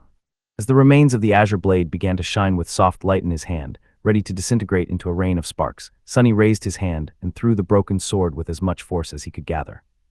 However, he didn't throw it at the demon. Instead, he threw it at the miraculous tree, as though trying to harm it. Not far away, the demon suddenly froze, even if only for a second. His scarlet eye followed the shining memory as it flew through the air, approaching the trunk of the great tree. And the broken sword fell apart, turning into a shower of white sparks, which then disappeared without a trace. None of them even touched the obsidian bark. However, the azure blade had already fulfilled its purpose. It distracted the giant for a few precious moments. For Changing Star, that was more than enough. Chapter 72, Demon Slayers. As soon as the carapace demon froze, distracted by the feigned threat to the great tree, Nephis lunged forward. There was no hesitation, no doubt, not even the slightest pause between the moment her enemy had lowered his defenses and her reckless attack. Just like Sunny had been utterly focused on observing the monster's movements before, she had been watching and waiting for this exact moment since the beginning of the battle. Changing Star knew that, when the opportunity presents itself, it will only last for a second. Even that single second almost cost Sunny his life. Nephis wasn't going to waste it. Her graceful figure flew through the air like an arrow released from a powerful bow, almost leaving afterimages behind. The silver blade of her longsword glimmered, reflecting the light of dawn. The black and white armor seemed to turn into a blur. She was going all in, rushing at the enemy without leaving herself even the slightest chance to retreat. Things were happening too fast for Sunny to form a coherent thought. He could only watch time slowing down to a crawl, a storm of emotions raging in his mind. Demon reacted almost immediately, recognizing the threat, but almost didn't count on a battlefield. A moment of distraction was all it took to lose everything. That one mistake, no matter how small, had been enough to seal his fate. If Nephis was really capable of breaking through the creature's indestructible carapace, that is. Otherwise, it was all for nothing, and they would be the ones dying instead. The fearsome giant moved his scythe, trying to slice her apart. The pincer flashed from the other side, threatening to crush her body into pulp, but he was a fraction of a second too late. Changing Star was just a tiny bit faster. As she ran, something changed about the cadence of her steps. Sunny couldn't see her face behind the visor of her helmet, but if he could, he would see a grimace of agony contorting Neff's pale face. In the next moment, a soft white radiance ignited beneath the skin of her hands. However, this time it didn't stay there. Instead, the white flame flowed outward, into the hilt of the silver sword and then into its blade. The sword suddenly turned into a sharp, radiant edge, burning with incandescent white light. It shined so brightly that Sunny felt the desire to close his eyes. However, the radiance wasn't soft and warm anymore. Instead, it seemed to be capable of reducing anything it touched to ash and sharp enough to cut the fabric of the world itself. Perhaps it was even sharp enough to cut the strings of fate. Sunny remembered how Nephis had described her aspect ability. It can be used for healing. Back then, he had suspected that this phrase of hers implied that there was more to it. He even marveled at how precious and rare such an ability would be. It seemed as though he was right. Changing Star's miraculous flame was capable of both healing and destroying. It possessed an enhancing effect similar to his own shadow control, at least when applied to weapons. Who knew what else it could do? An incredible ability, indeed. Looking back, he understood that Nephis had not tortured herself in vain. All the times she pretended to meditate while enduring the excruciating agony of her flaw in secret were meant to make this moment possible, to give her enough fortitude to use this ability in battle without passing out from the pain. She succeeded. The question was, would that be enough? Was her sword strong enough to break the mighty carapace of the awakened demon? After all, no matter how incredible the ability, it was still powered by a weak dormant soul core of a lowly sleeper. They were about to find out. Few steps away from the carapace demon's towering torso, Nephis bent her legs and jumped, soaring high into the air. Her sword flashed forward in a vicious thrust, so fast that, for a moment, it looked like a beam of pure white sunlight. Then it collided with the strange alloy of the giant's lustrous armor, right at the spot where his heart was supposed to be. Of course. Back when they were hiding in the dead Leviathan's empty spine, Cassie had told them about her vision. In that vision, she saw the carapace demon being attacked by a terrible creature of the deep dark sea. In the aftermath of the battle, the demon was severely wounded and on the verge of dying. The most horrible wound was on his chest, where the armor was torn apart and shattered, revealing the monster's beating heart. With time, all his injuries had healed. Except for this one. While the carapace of the demon seemed to have recovered, in truth, it was never fully restored. In this one spot, the armor was secretly weakened, and it was exactly to that spot that Nephis had delivered her blow. It didn't matter whether her radiant sword was really capable of breaking through the impregnable armor of the awakened creature, because she attacked the only weak spot on his body, the place where his armor had already been broken. With a flash of white light, the incandescent sword pierced through the metal of the demon's carapace and plunged into his body, unleashing a fury of fire inside the adamantine shell. It seemed as though the giant was suddenly illuminated from within, with beams of light shining through the cracks in his armor. For a moment, the surreal sight was burned into Sunny's mind. Then Changing Star's sword had reached the carapace demon's heart and sliced it apart, incinerating everything around it and making the azure blood of the fearsome creature boil and evaporate. Sunny's legs buckled, and he gracelessly fell on his ass. Wah, we did it. Demon staggered, his arms slowly rose as though trying to pull Nephis into a final embrace, but then, as his body twitched, they fell to the ground. Neph landed in the sand and jumped back, ready to defend herself. But there was no need. The proud guardian of the Ashen Barrow was dying. The scarlet light in his one remaining eye was dimming, any semblance of intelligence quickly disappearing from his gaze. Demon heavily slumped, all remnants of strength abandoning his mighty body. Turning his head with incredible effort, he cast one last look on the great tree, then his gaze stopped on Sunny. There was no fury or madness in that gaze anymore, only some strange, calm, inexplicable emotion. It almost felt like relief. Before Sunny could discern the meaning of that emotion, the last glimmer of light was gone from the eye of the carapace demon. His head rolled back and fell. They won. In front of the giant body, Nephis had dismissed her helmet. Behind it, her face was pale and tired, her hair sticking to it in a sweaty mess. The afterglow of the white radiance was already extinguished, leaving her eyes gray once again. Changing Star kneeled, then lay down on her back, too exhausted to move. The whole fight lasted less than a minute, but it took everything out of both of them. Sunny followed Neff's example and lay on the ground, trying to catch his breath. They actually won, he couldn't quite believe it. I want to sleep for a week. Remembering that Cassie was still waiting in the branches of the great tree, not knowing who lived and who died, Sunny sighed. A few moments later, he deeply inhaled. Then straining his vocal cords, he screamed at the top of his lungs. In the silence of the morning, in the center of the tall hill covered with ashen sand, under the branches of a beautiful giant tree, a strange shout could be heard. One demon stake coming right up. Chapter 73, The Circle of Death. A few minutes later, Sunny heard a noise coming from somewhere above. Looking in that direction, he noticed that Cassie was standing at the edge of the wide branch, gripping the golden rope in her hands. Before he could react, the blind girl was already climbing down. She was very cautious, but also quite nimble for someone without sight. He blinked. Is she crazy? That's dangerous. But he was worried for nothing. Cassie quickly reached the ground and let go of the rope, safe and sound. She then summoned her staff and took a hesitant step, trying to remember where his shout had come from. Sunny made his presence known and guided her by saying, I'm here. The blind girl turned her head in his direction and walked forward, carefully feeling the ground in front of her with the staff. Because of how uneven the surface of the island had become, it took her longer than usual to reach him. Just as she was about to walk past, Sunny spoke again. Hey, Cass. Cassie stopped and lowered her head with a surprised expression. Then she asked, Why are you lying on the ground? He smiled weakly. It's very comfortable. Suddenly the blind girl frowned and asked in a worried tone. Are you hurt? Sunny shook his head with a sigh. His sense of humor was not always appreciated. In fact, it had often landed him in hot water in the past. Just bruised all over, nothing serious. I'm just really tired. That one was really intense. Since Cassie was still frowning, he thought for a moment and added, Neph is also fine. She's resting a bit further away. Finally, the delicate girl relaxed. Her face cleared, and she offered him a hesitant smile. You really killed that demon. Sunny cast a gaze at the giant corpse and closed his eyes. Yeah, he's very dead. Both of them were silent for some time. Sunny was on the verge of falling asleep when Cassie carefully asked, So you're just going to continue lying here? He opened his eyes and blinked, trying to remember what was going on. Oh right, it's morning. There are things we have to do.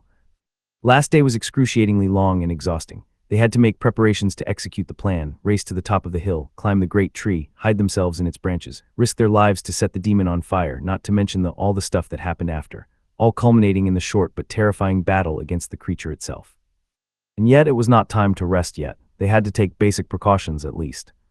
Draining his exhausted body, Sunny stood up and offered Cassie his shoulder. After she placed her hand on it, he walked over to the carapace demon's corpse, stopping at the spot where Nephis was sprawled in the sand. She greeted them with a tired glance. Good morning. Out of habit, Changing Star tried to force a polite smile. However, today it did not look very convincing. I give it 3.6 out of 10. Not great, not terrible.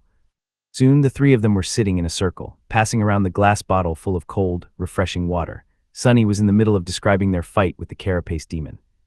So he got distracted for a few moments. That's when Neph attacked. She used her aspect ability to ignite her sword and struck at the weakened patch of armor on the demon's chest, the one you told us about. It really was not as strong as the rest of his carapace, so the sword went through and pierced the bastard's heart. Sunny noted that Cassie did not seem surprised at the mention of Changing Star's new trick. Either she knew all along because Nephis had told her, or she saw something in one of her visions. Regardless, he decided not to press the topic. Demon was already severely wounded from his fight with the thing from the sea, so it was enough to finish him off. A few seconds later, he was dead. Cassie shook her head in astonishment. That is incredible. 2 sleepers killing an awakened demon. I thought that stuff like that only happens in webtoons. Nephis corrected her. 3 sleepers, without your vision and advice, we wouldn't have been able to do anything. The blind girl lowered her face, a little embarrassed. Still, 2 or 3, it doesn't really change a lot, does it? Sunny looked from one girl to another, then finally turned to Cassie. You're right, it's not something one would expect to happen. But anyway, I promised to cook demon meat for you after this is over, didn't I? Are you ready to witness my incredible culinary talent? He smiled, already tasting the juicy, tender meat in his mouth. However, Cassie suddenly frowned, a hesitant expression appearing on her face. I don't know about that. He raised his eyebrows. Why? She lingered before answering. Well, it just seems weird to eat the meat of an intelligent creature, even if it was evil. I didn't think about it before, but now, it just doesn't seem right, I guess. Sunny blinked. Actually, he did not think about it either. In retrospect, the idea of making steaks out of a creature whose intelligence was comparable to theirs did seem a little wrong, even if that creature was a bloodthirsty demon who would have swallowed them whole without a second thought. It was just how things worked in the dream realm. Monsters devoured humans and humans devoured monsters. It was the circle of life, death, the circle of death. But the carapace demon was not only smart, he had his own thoughts and personality. Even though nightmare creatures were universally insane and obsessed with murder and destruction, just like he was, there were also other qualities to the ironclad giant. He was proud and fearless, even valiant. When fighting against the terrifying monsters of the Dark Sea, he did not hesitate to stand his ground, refusing to surrender. Cooking the meat of someone like that could indeed be considered strange. How come Teacher Julius did not educate me on the ethics of eating your enemies? What an oversight. Misunderstanding Sunny's silence, Cassie blushed and said, Sorry, I know it seems ridiculous, but that's just how I feel. You and Neph don't have to do the same.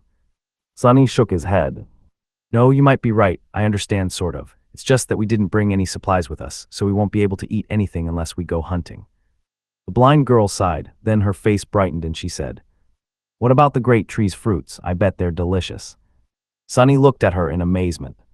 Are you serious? Cassie was visibly confused by his question. Yes, why?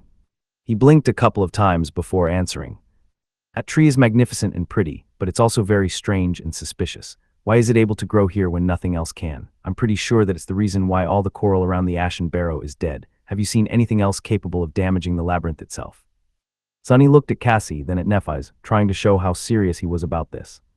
In any case, it's too creepy. I don't think that we should eat these fruits. Who knows what they'll do to us?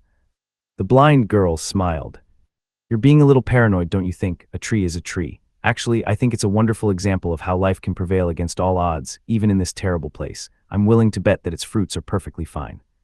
He stared at her, not knowing what to say. How could Cassie be so dismissive of his completely valid concern? That wasn't like her at all. Unpleasantly surprised, Sonny turned to Neph, hoping that she would support him.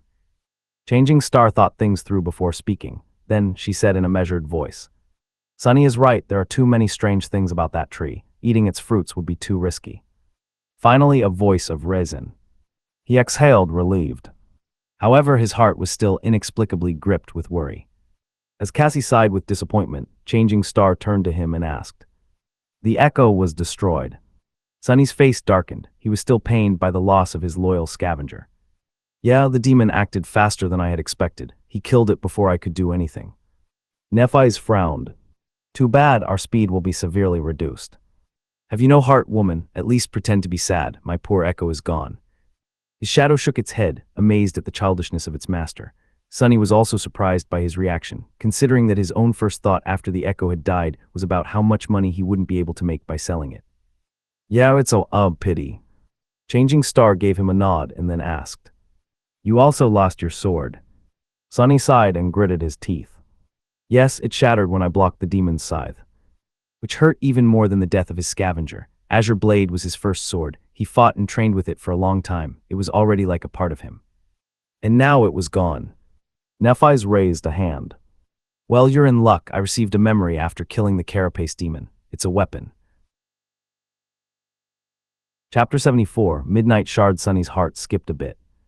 Instantly he forgot all about the Azure Blade. Yes, that sword held a certain sentimental value, but who the hell cares about sentimentality? It came from a carapace scavenger, which wasn't bad at all for his current rank. Few sleepers got to wield awakened weapons. But this new memory came from an actual awakened demon, a demon. That made it an awakened memory of the third tier, 2 whole tiers above the Azure Blade. There were 7 tiers in total, corresponding to the 7 classes of nightmare creatures, from beasts to titans. Strictly speaking, a higher tier did not always mean that a memory will be more powerful, but generally the more advanced a creature was, the more unique and formidable memories it left behind. That's why the Puppeteer's Shroud, which came from an awakened tyrant and was thus considered to be a tier 5 awakened armor, was so precious. Please be awesome.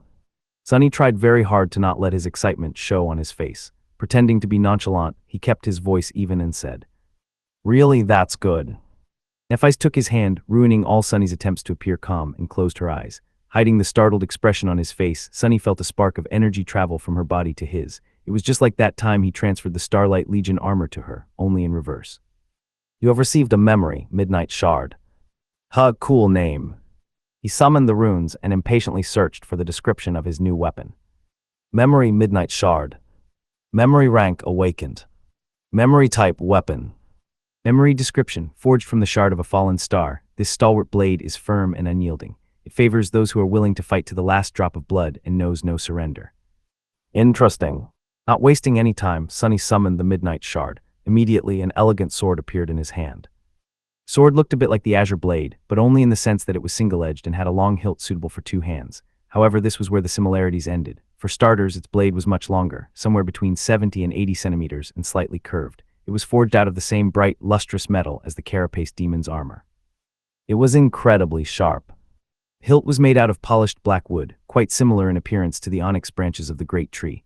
The crossguard was round in shape and more pronounced than that of the Azure Blade, offering better support and protection to the wielder's hand. The sword had no decorations, no ornaments, no embellishments. It was simple and austere, like a true weapon designed for battle and battle alone. It seemed to radiate a cold, fearsome aura.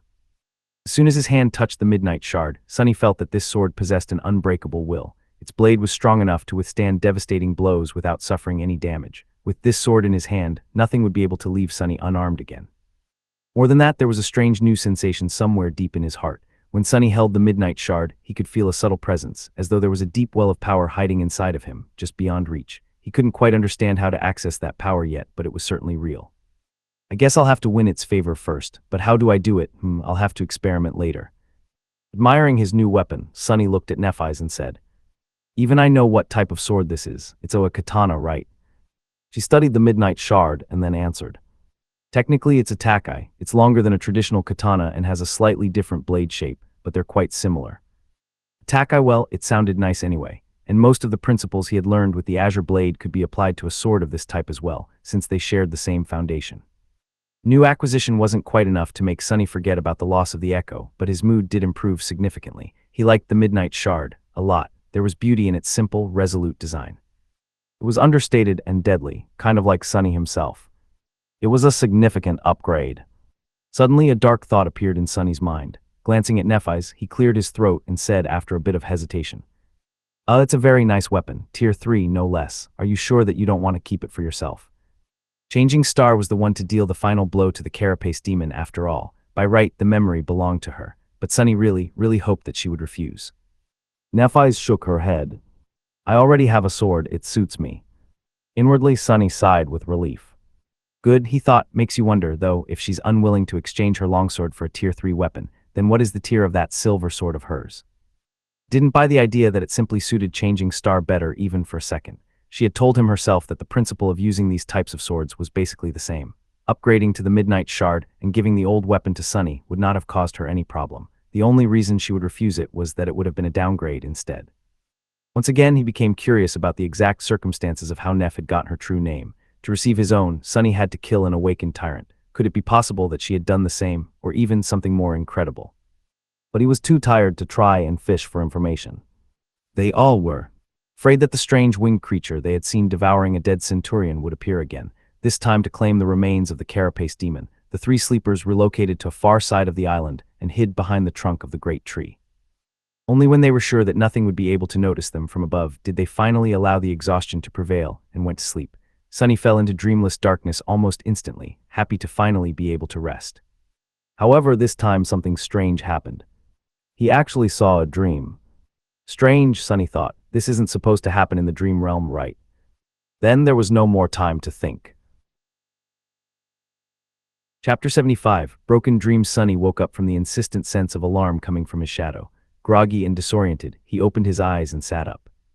What's wrong? He looked down at the shadow and saw it repeatedly pointing up with a tense expression on its it didn't have a face. He could just tell that it was nervous. Trouble. Sunny looked up and saw nothing but the scarlet leaves of the great tree. The sky was hidden, but he could easily tell that the sun was still up. It seemed that he was asleep for just a few hours. There was no threat anywhere in sight. He frowned. What got you so spooked?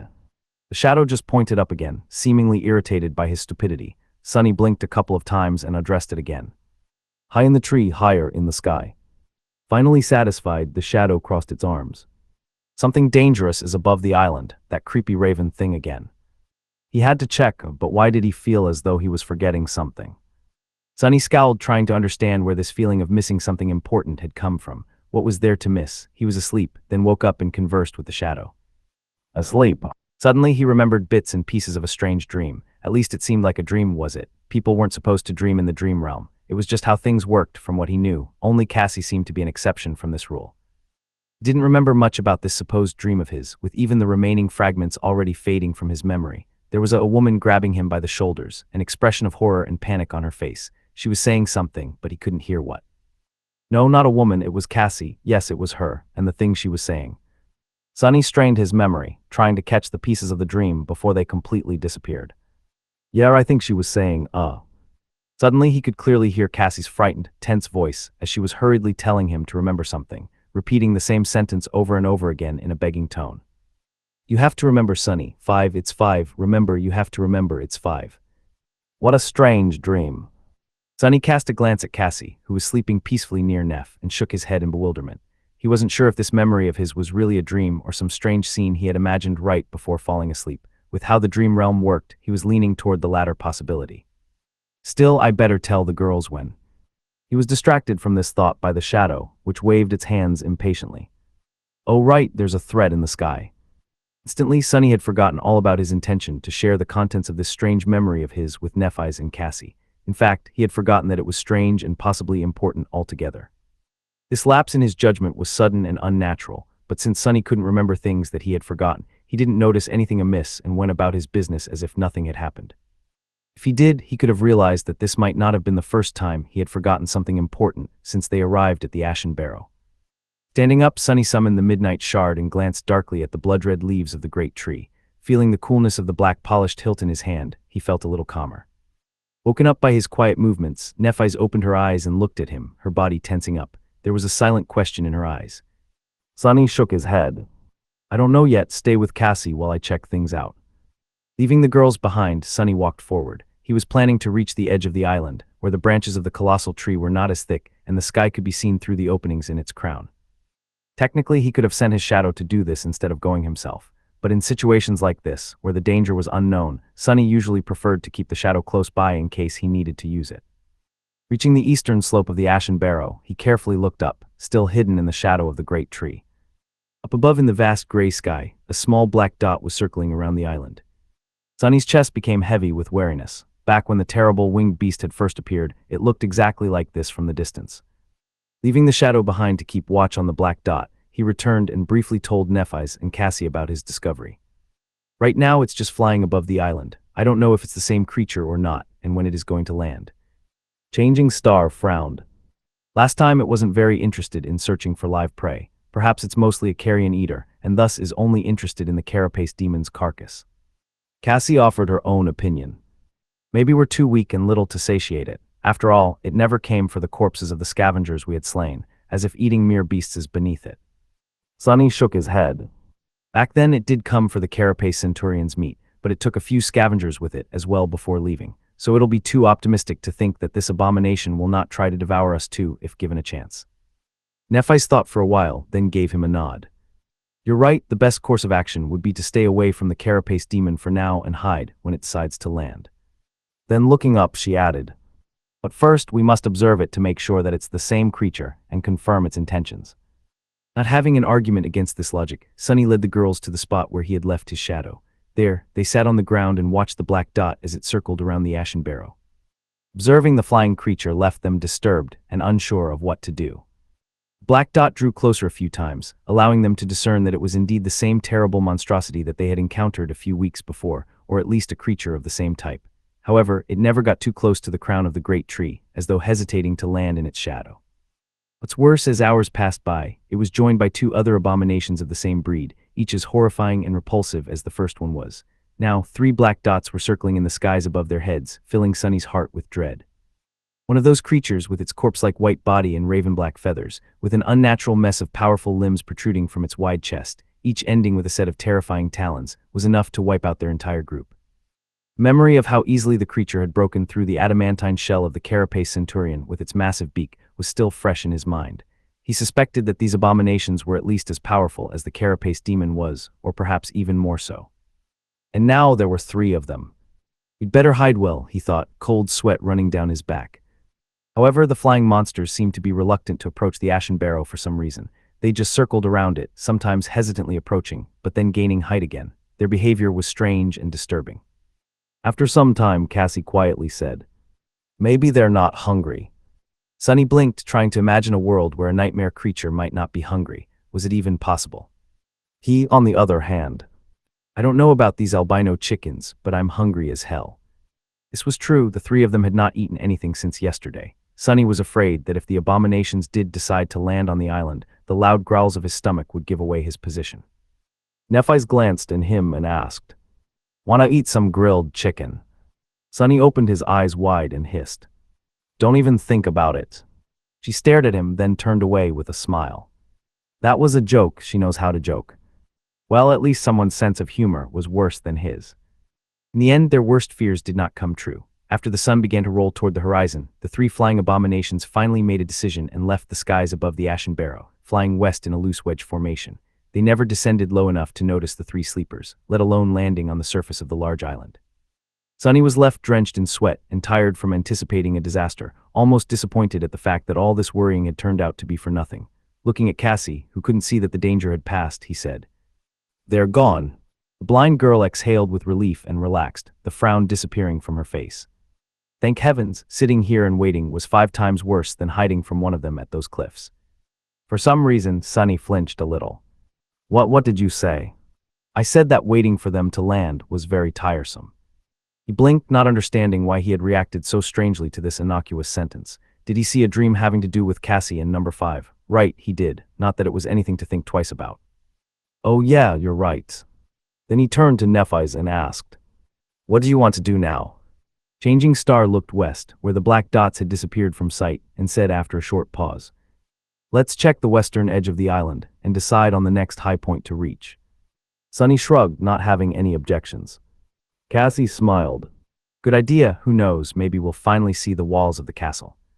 Soon they had crossed the island and approached its western slope. Here, the ground was raised just before plunging down, forming a natural rampart that hid the landscape from their eyes. Nephis was the first to climb up and reach the top. Sunny was just behind her when he felt that something was wrong. Changing Star's posture was somehow strange, stiff and rigid, as though she had suddenly turned to stone. Stepping on the ashen surface of the natural rampart, he worriedly looked at Nephis and noticed a grim, resentful expression on her face. He had never seen her in such a state before. Turning his head, Sunny looked west and then narrowed his eyes. His face instantly darkened. Feeling the desire to curse, Sunny gritted his teeth and clenched his fists. Inside his head, only one word was repeating over and over again. Damn, damn, damn. Chapter 76, The Abyss Beyond the Western Edge of the Ashen Barrow. The landscape of the Forgotten Shore was not at all like what Sunny had expected and hoped to see. On this side of the island, the slope was much steeper. At the spot where it was supposed to end, the familiar sight of the flat wasteland was nowhere to be seen. Instead, the ground continued to slope downward at a less drastic, but still considerably sharp angle. It continued far into the distance. In fact, the whole island appeared to be standing on the edge of a colossal depression in the earth, one that stretched as far as the eye could see. With its edges slightly curved, it resembled a giant crater left behind by an unimaginable impact. From what Sunny was able to observe, the crater's diameter could only be calculated in hundreds of kilometers. The roots of the giant tree, which could be seen protruding from the soil far below, seemed like tiny blades of grass in comparison to the sheer size of the abyssal chasm's wall. It was like the whole world was tilted on its side, making Sunny's head spin. In short, there were no more high natural features to the west of them. The only way forward was to go down, with no hope of finding shelter from the crushing torrents of the dark sea. Which meant that there was no way forward at all. Their journey to the west had come to an end. And with it, all hope of finding a gateway to the real world was lost. Sunny stared at the desolate landscape, feeling rage and disbelief clawing at his heart. He just couldn't believe that all their struggles were for nothing, but the proof was right in front of him, real and undeniable. Damn it all. He tried to think of some cunning way to solve the situation, but there was nothing his imagination could come up with. The dark sea with all its horrors drowned the world every night, and the only way to escape it was to climb high enough before the sunset. With no heights anywhere in sight, what could he do? Sunny glanced at Nephis, who seemed to be even more crestfallen than him. Her face had turned into an icy mask, a dark look full of bitterness and resentment in her eyes. He opened his mouth, trying to come up with something to say, but no words came to his mind. In the end, they both remained silent, until the distant rumble announced the return of the dark sea. Deep in the colossal crater, dark torrents appeared from beyond the horizon, rushing to fill it to the brim. A little bit stunned, Sunny watched as the water level rapidly rose, finally turning the endless chasm into a vast sea of black. Then it began to overflow, sending an unstoppable flood of water into the wasteland. Flowing past the ashen barrow, it rushed inland, crushing against the coral of the crimson labyrinth. Soon the whole world was covered in seething black water. Sunny licked his dry lips and turned to Nephis. After a short pause, he said in a raspy voice, I think we found the source of the dark sea. She lingered, watching the last rays of sunshine slowly disappear from the sky, then turned to him with a grim expression on her face. Let's head back. All three of them felt lost and heartbroken because of the terrible discovery. Cassie in particular seemed to be utterly shocked. It doesn't make sense, it just doesn't, she mumbled on their way to camp. How could it be? Gripping Sunny's shoulder, she quickened her step and asked, Are you sure that there's nothing higher than the sea level out there? Are you absolutely sure? He sighed, feeling his mood turning even darker than before. Yes, we looked quite thoroughly. The whole land just goes down, down, and down. It stretches to the horizon as far as we could see in all directions except for the east. The ashen barrow is right on the edge. The blind girl shook her head. But how could it be? I've seen that we had reached the castle. There must be a way. Sunny remained silent, not knowing how to answer. If there really was a way, he had no idea about it. After a few seconds, Nephis answered instead of him. We will try to come up with something tomorrow. Worst case scenario, we'll have to go around the whole thing. Sunny trembled at the thought. A journey like that would take months. To circle around the colossal crater, they would have to cover many times more distance than they had in the prior weeks, each day bringing the risk of stumbling onto something beyond their ability to resist. And each night bringing the risk of something stumbling onto them. The chances of surviving several months in this hellish place were nothing if not abyssal. Abyssal. With a grimace, he tried to not think of the worst-case scenario. The darkness of the falling night was not the best environment for scary thoughts. Tomorrow we'll rest, recharge, and think of something tomorrow. It is just like Cassie said, since she saw us entering the castle, there must be a way. They reached their temporary camp just before the sun had completely disappeared. Lying on the makeshift bed of fallen leaves, Sunny tiredly closed his eyes and thought, I hope I won't see any dreams today. Then he slightly frowned. Dreams? Since when am I capable of dreaming in this place? Oh right, there was that one dream, or was it a memory? What was it about again? I can't seem to remember. With that thought disappearing from his mind, he fell asleep. In the morning, the mood between the three of them was pretty somber. No one seemed to want to talk or do anything, aimlessly staring at the ground or the rustling leaves of the great tree. In addition to the blow of yesterday's revelation, they were also hungry. The corpse of the carapace demon was starting to look more and more appealing, at least to Sunny. However, he was still not at the point of breaking his promise to Cassie. Finally, Nephis broke the silence. Standing up, she looked up with grim resolution and said, I'm going to climb to the top of the tree and take a look around. Maybe I'll notice something that we missed from up high. Sunny stared at the giant tree, suddenly feeling incredibly small. It was truly enormous. The ashen barrow itself was already much taller than the giant knight's statue and every other shelter they had seen, and the tree almost dwarfed it in size. Climbing all the way up would take a lot of time and effort. But maybe she would really be able to notice something from that incredible height. He scratched the back of his head and said, All right, but be careful, keep an eye on the sky. If you notice those winged abominations again, come back down. Changing Star gave him a nod and headed for the tree. Without turning her head, she calmly said as a farewell, Take care of Cassie while I'm gone. It shouldn't be more than a few hours. Sunny waved a hand and watched her walk away. Then he tried to think of something to do. On a usual day, he would have already started his morning training, but today he was too hungry. Come on, hunger is not an excuse. Do you think you'll always have a full stomach before a battle? No, so get up and train. Don't you want to try how the midnight shard feels in your hand? With a sigh, Sunny got up. He trained for an hour, enjoying the swift and reliable feeling of his new sword. The long takai was truly incredible. It was light, maneuverable, and unrelenting. Its edge sang as it cut the air. Sunny already felt as though it was a part of him. His movements were fluid and measured, almost elegant. After the training session was over, he decided to do something useful. Walking over to the carapace demon's corpse, Sunny spent some time prying the soul shard out of it. In the end, he gathered all three of the crystals with some effort and stashed them into the seaweed rucksack. What to do now? After a bit of pondering, he suddenly got an idea and tried to find the place from his memory, the one where the carapace demon had dropped the transcendent soul shard into the sand. That shard had been brought to the ashen barrow by the subservient centurion and would be a real treat for Neph or Cassie. He quickly found the right spot. However, no matter how hard Sunny looked, he couldn't find the alluring crystal. In the process, a couple more hours had passed by.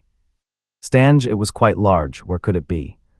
He was determined to continue the search, but at that moment, the shadow that he had left with Cassie noticed movement in the branches of the great tree. Nephis was back. Sunny walked back to the camp, thinking about what she had found. Was there hope for them after all, or was there only more bad news? By the time he returned, Neph and Cassie were sitting on the ground with relaxed expressions on their faces. She saw something, Sunny thought, suddenly excited. But in the next second, his eyes widened.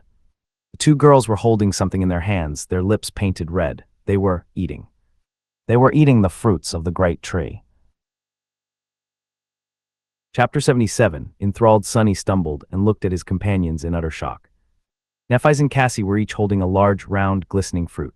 The skin of these fruits was smooth and black as onyx, while the succulent insides were red as ruby. Their hands, chins, and lips were smeared with red juice, making it look as though they were feasting on blood. The air was filled with an alluring, sweet aroma. Sunny recoiled, but his stomach involuntarily growled, reminding him how hungry he was. Nephis looked at Sunny and offered him a relaxed smile. Hey. He stared at her, lost for words. Finally, after a few seconds had passed, Sunny collected himself and screamed. What do you mean, hey, what the hell are you doing? His voice was loud, full of disbelief and anger. Both Neph and Cassie turned to face him. They were visibly confused. Why are you shouting? Sunny gaped at them, feeling like he had lost his mind. Why were they so nonchalant about this? What was going on here?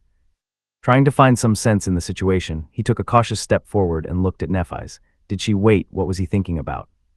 He was so hungry, it was hard to concentrate on anything except for food. Shaking off the unexpected memory lapse, Sonny remembered what he was about to say and pressed. Why did you change your mind? Changing Star frowned. Changed my mind about what? He clenched his teeth, thinking that she was trying to fool him. About the fruits, I thought we had agreed to avoid eating them. Nephis blinked, a confused expression appearing on her face. Did we or why? Sonny opened his mouth to answer, but then froze. Actually, why did they make that agreement?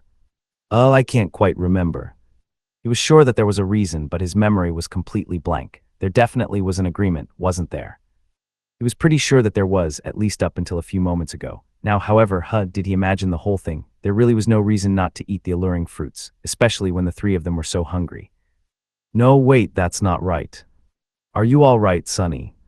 He flinched and glanced at Nephis, who was looking at him with concern. Suddenly, Sonny felt lost and confused. What were they talking about? Something about some sort of agreement. What agreements? Not knowing how to answer, he just stood there with a frown on his face and pouted. This is embarrassing. Did I completely space out while she was talking to me? Fortunately, Cassie quickly came to his rescue. She always knew how to make the situation less awkward. Are you angry because we started eating without you? He looked at her and noticed the big, delicious fruit in her hands. His stomach growled. So hungry. Oh, I guess. Cassie smiled and pointed to the ground, where another fruit was placed on the pile of fallen leaves. Her teeth were smeared with red juice.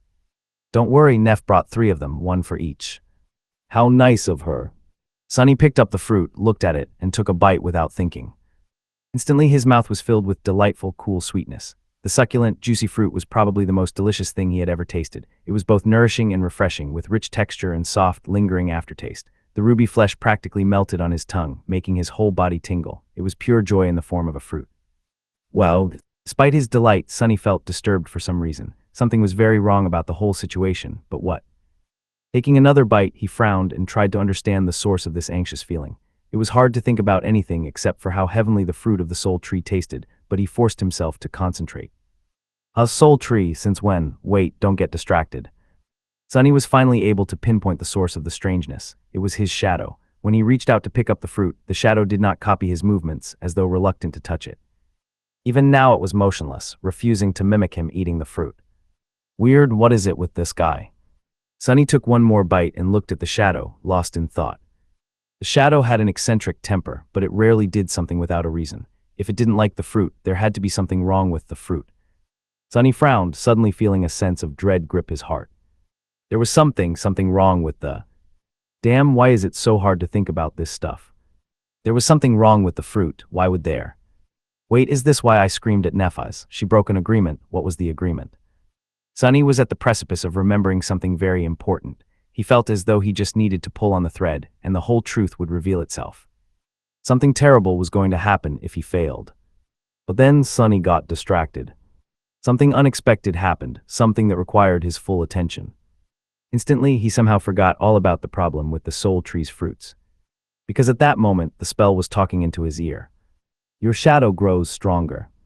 What? He blinked, then looked at the delicious fruit in his hands. The spell announced the increase in his power right after Sonny swallowed his 3rd bite. Stunned, he raised his head and looked at Nephis. Changing Star, too, was staring at her fruit with a strange expression on her face. Feeling his gaze, she looked up. Sonny licked his lips. Did you? At the same time, Nephis said, I just absorbed a point of soul essence. Without saying anything, they both turned to Cassie. The blind girl was enthusiastically devouring the fruit. Red juice was flowing down her chin and dripping to the ground. Stopping for a moment, she smiled. Actually, I received mine a few bites ago. Sonny's eyes widened. Excitedly, he summoned the runes and found the right cluster. Shadow fragments, 97/1000. He really received a fragment. He received a shadow fragment without risking his life in a battle against deadly monsters. Finally, Sonny was able to realize why the carapace demon had been so fixated on the soul tree and its fruits. These fruits were pure magic. Forgetting all about the uneasy feeling, he raised his hand and greedily bit into the succulent, delicious, nourishing flesh. Late in the evening, when the sun was already hidden behind the horizon, and the dark sea had once again turned the Ashen Barrow into a lonely island, the 3 of them were preparing for the night. They had moved their camp to rest between the roots of the great tree. With newfound energy received from consuming miraculous fruits, all their worries seemed to fade. With no way to move further west, Nephis, Sunny, and Cassie had decided to rest for a few days before making any decisions. They deserved a short vacation. The Ashen Barrows was a perfect place to recuperate. There were no monsters in the surrounding wasteland. It was large enough to protect them from the horrors of the sea, and they had plenty of food thanks to the Soul Tree. What's more, that food could even provide them with power. Where else would they be able to grow stronger without risking their lives? As far as hell goes, this place was almost a paradise. Sunny lay on the makeshift mattress of fallen leaves, feeling relaxed and optimistic for the first time in many, many days. Things seemed to be getting better.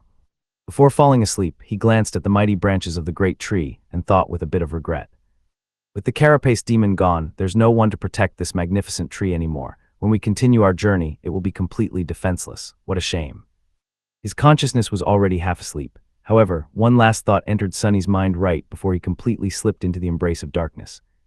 What a shame that no one will be here to serve it, and feed it, and help it spread its seeds. Chapter 78, Bliss in the morning. Sunny was woken up by the gentle rustling of leaves. Opening his eyes, he saw rays of sunshine falling through the scarlet crown of the Soul Tree, painting the world in soft shades of pink. The sight was beautiful and tranquil. It felt as though none of the dangers and terrors of the dream realm could reach him here. A soft breeze touched his skin, bringing with it coolness and the smell of fallen leaves. For the first time in a long while, Sunny felt at peace. Is this what a vacation feels like? If so, their decision to have one was the best decision ever. He sat up with a yawn and lazily looked around. Cassie and Nephis were already awake, seeing them put a smile on Sunny's face. Why the hell am I grinning? Shaking his head, Sunny put on a serious expression and said, Good morning. The girls greeted him, then Nephis slightly tilted her head and asked, Hey, do you remember why we didn't leave anyone to keep watch last night? Sunny blinked. Indeed, why hadn't anyone guarded the camp? No, I guess we were too tired, plus it's so safe here, why deprive ourselves of sleep? She frowned. Sunny expected Changing Star to berate them, but unexpectedly she just shrugged. I guess. That's not like her. Am I not the only one in a great mood? To make Neff feel better, he pointed down and said, Don't worry, my shadow would have warned us if anything had happened. She seemed to have forgotten about her question already, returning to whatever she had been doing before. All three of them were easily distracted these days. Sunny sighed. So, what are you guys going to do today? Cassie turned to him with a smile and answered in a teasing tone. Nothing, we're on vacation, remember, so we're just going to rest and relax. Sounds like a plan, speaking about plans. At that moment, Cassie scowled and said with a comically strict expression, You too, Sunny, you are not allowed to plan, plot, and scheme. Just sit back and enjoy the day, all right? Sunny scratched the back of his head. All right. He felt as though he was forgetting something. But what? Looking at Nephis, Sunny hesitated and asked, Remind me, why did you climb the Soul Tree yesterday? She glanced at him in confusion. I don't really remember, to get the fruits. Sunny smiled at the mention of the miraculous fruits and nodded. Yeah, that makes sense. Few days passed by. Sunny, Nephis, and Cassie spent them idling away, not concerned with anything in the world. Their tired bodies and minds needed time to rest. They slept until noon, ate the delightful fruits, and sat around the fire, talking or simply soaking in the warmth. Sometimes they would play games or engage in other forms of entertainment. Other times they would keep to themselves, enjoying the almost forgotten feeling of privacy. Sunny had been a loner for most of his life, so these past few weeks that he had spent side by side with other people, without even a minute to himself, were a taxing experience. He relished the opportunity to be alone with his thoughts once again. Luckily, the island was large enough for the three of them to stay apart if they didn't wish to be disturbed. Not that it happened often. First, he had expected that lazing around doing nothing would very quickly grow boring, but surprisingly it did not. He felt perfectly fine simply laying on the ground and staring at the gently swaying branches of the Soul Tree, caught in a blissful reverie. In moments like these, he would lose track of time, often realizing that entire hours had passed only when the sun was about to set. The concept of time in general had become strangely hard to grasp. Sunny wasn't entirely sure how many days they had spent on the peaceful island. He was pretty sure that it was less than a week, but couldn't remember the exact amount. Not being able to remember something had become a common occurrence. All three of them were turning increasingly absent-minded and forgetful. Sometimes, Sunny would catch himself straining to remember details of his previous life or notice the strangeness of their behavior. But a minute later, he would forget about these concerns, distracted by some innocuous thought or occurrence. His memory was becoming hazier and hazier. The only clear things in it were how delicious and refreshing the magical fruits were, how pleasant it was to live under the shade of the soul tree, and how magnificent it was. The tree was beautiful, benevolent, and generous. It protected them from the cursed blight of the crimson labyrinth, kept the monsters away, and provided nourishment both for their bodies and for their soul cores. Sunny was becoming increasingly convinced that finding the majestic soul tree was a true blessing. The thought of leaving its gifts behind and returning to the horror of the outside world seemed less and less attractive. Why leave when they were perfectly happy here? Well, at least two of them were. While Nephis was as carefree and tranquil as Sunny and Cassie in the beginning, as time went by, she grew strangely despondent and gloomy. It seemed as though she had reverted back to her old, distant, and unsociable self. Instead of chatting or relaxing with them, Changing Star ended up spending most of her time sitting on the western edge of the island alone, staring into the distance with bleak eyes. Sunny had no idea what was wrong. He was worried about her. Not even the frequent, insistent lapses of memory managed to overcome his concern about Neph. On one of the evenings, Sunny approached the western slope of the island, feeling as though his head was about to split from pain. For some reason, he kept forgetting the reason for this visit on the way here. It took all of his willpower to hold on to his intentions. He wanted to check on Nephis. Just like always, she was sitting at the ridge of the western edge, gazing into the distance. Sunny climbed onto the ridge and sat down, looking at her with hesitation. "Hey, Neph." Changing Star glanced at him. Her indifferent expression was back, making any attempt to understand her true emotions futile. However, it was clear that she was not all right. "Hey." Sunny scratched the back of his head. Was he seeing things, or was her hair a bit longer than before? "Why aren't you enjoying the vacation?" Changing Star frowned. After a while, she said, "Don't we need to keep moving west?" He raised his eyebrows, surprised. "West? What is in the west?" Neph's frown deepened, turning into a scowl. I don't remember, but I feel. She grew silent, then said quietly, "I feel like I have to do something very important. Abandon the soul tree, what a strange idea." Sunny pondered for some time, trying to understand where she got the idea that they had to move somewhere. Finally, he asked, "Why west of all directions?" Nephis turned to him. There was a strange, pained expression on her face. Gritting her teeth, she whispered, "I don't know." Sunny sighed. If she didn't know, then he, of course, had no idea either. All he knew was that he wanted to make her feel better. But how? Sunny frowned, trying to think of a way. He felt that there was something very obvious that he was forgetting, something that would instantly erase Neph's suffering. When the realization hit him, he froze. Of course, how could I forget? The answer was so clear. He just had to climb the soul tree and find an especially juicy fruit for her to eat.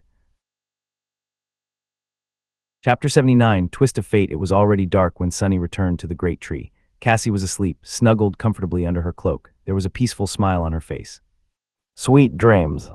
She wasn't bothered by her terrible visions in a long time. Everything became better since they decided to stay on the tranquil island. Everything except for Neph's mood. She didn't even bother to return to camp today, staying at the western edge of the barrow. Sunny didn't like that she was so close to the black water. He sighed. I need to get some tasty fruits for her as soon as possible. She definitely would not be able to stay sad after eating the magical fruits. They were so sweet and delicious. Sunny began salivating just from thinking about them.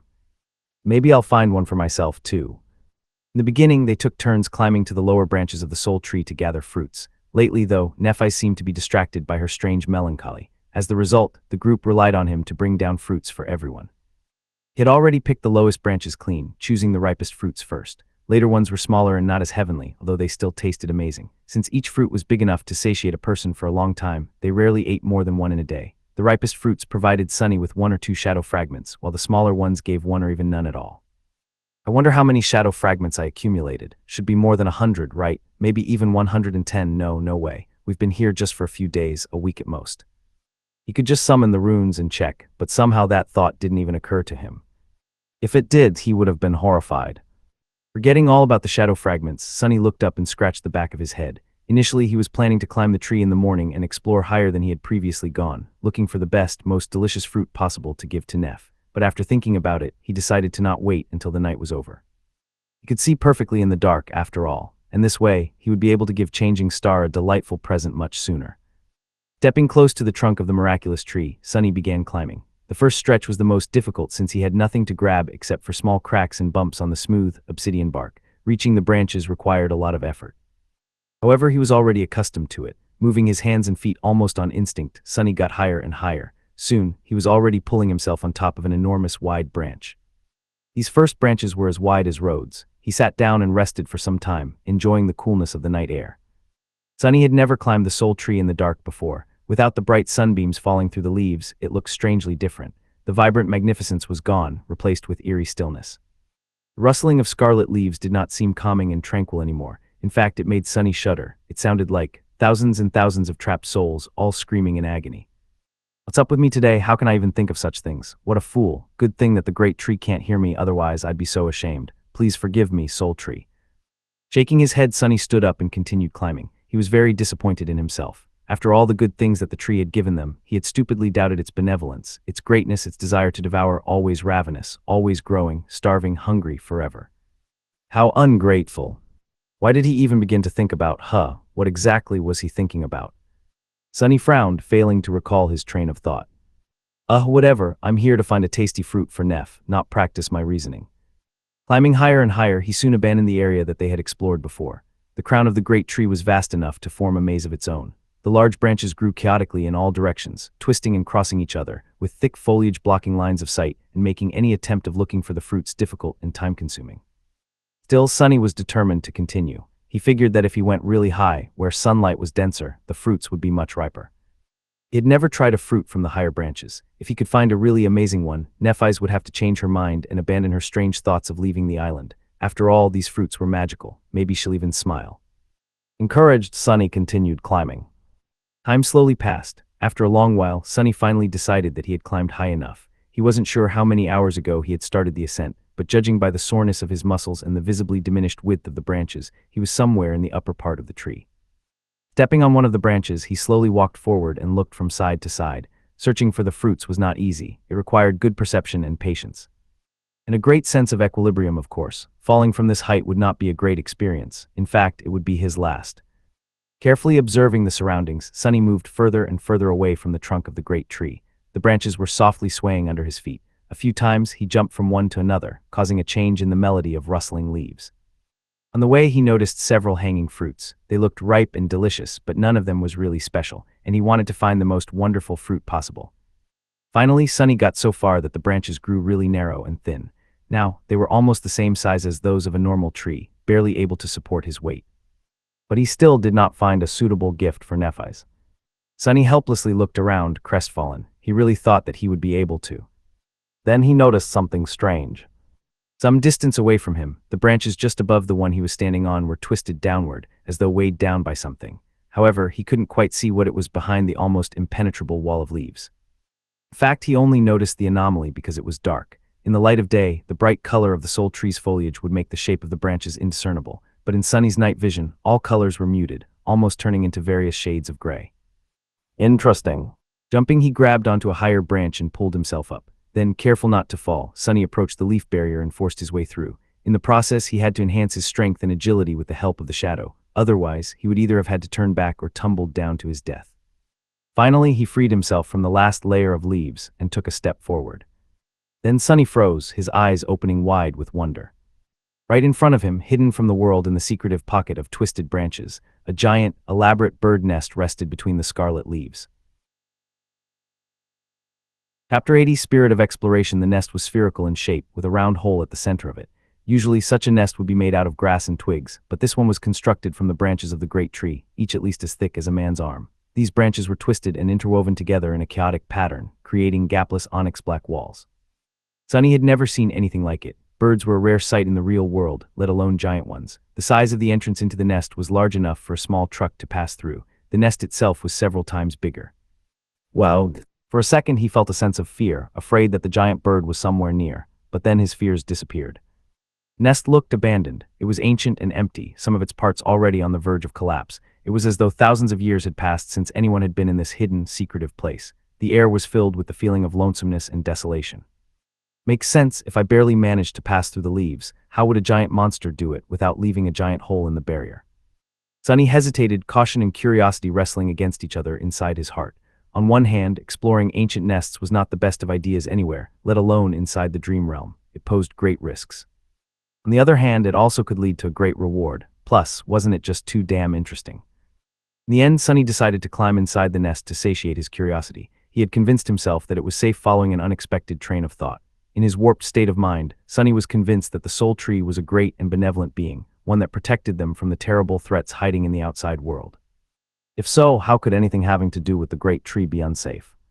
Moving closer to the entrance of the nest, he balanced on the edge of the branch and tried to look inside. However, he wasn't tall enough to see anything except for the inner side of the nest's roof. Since his position was pretty precarious, Sunny decided not to delay the inevitable and jumped, throwing himself up and over the lip of the entrance. A moment later, he landed on a soft surface. The lower part of the nest was covered in a thick cushion of white, silky spiderwebs. Time had made them brittle and pliable like sand. There was so much spiderweb around that, for a moment, Sunny thought that he had fallen into a giant white cocoon.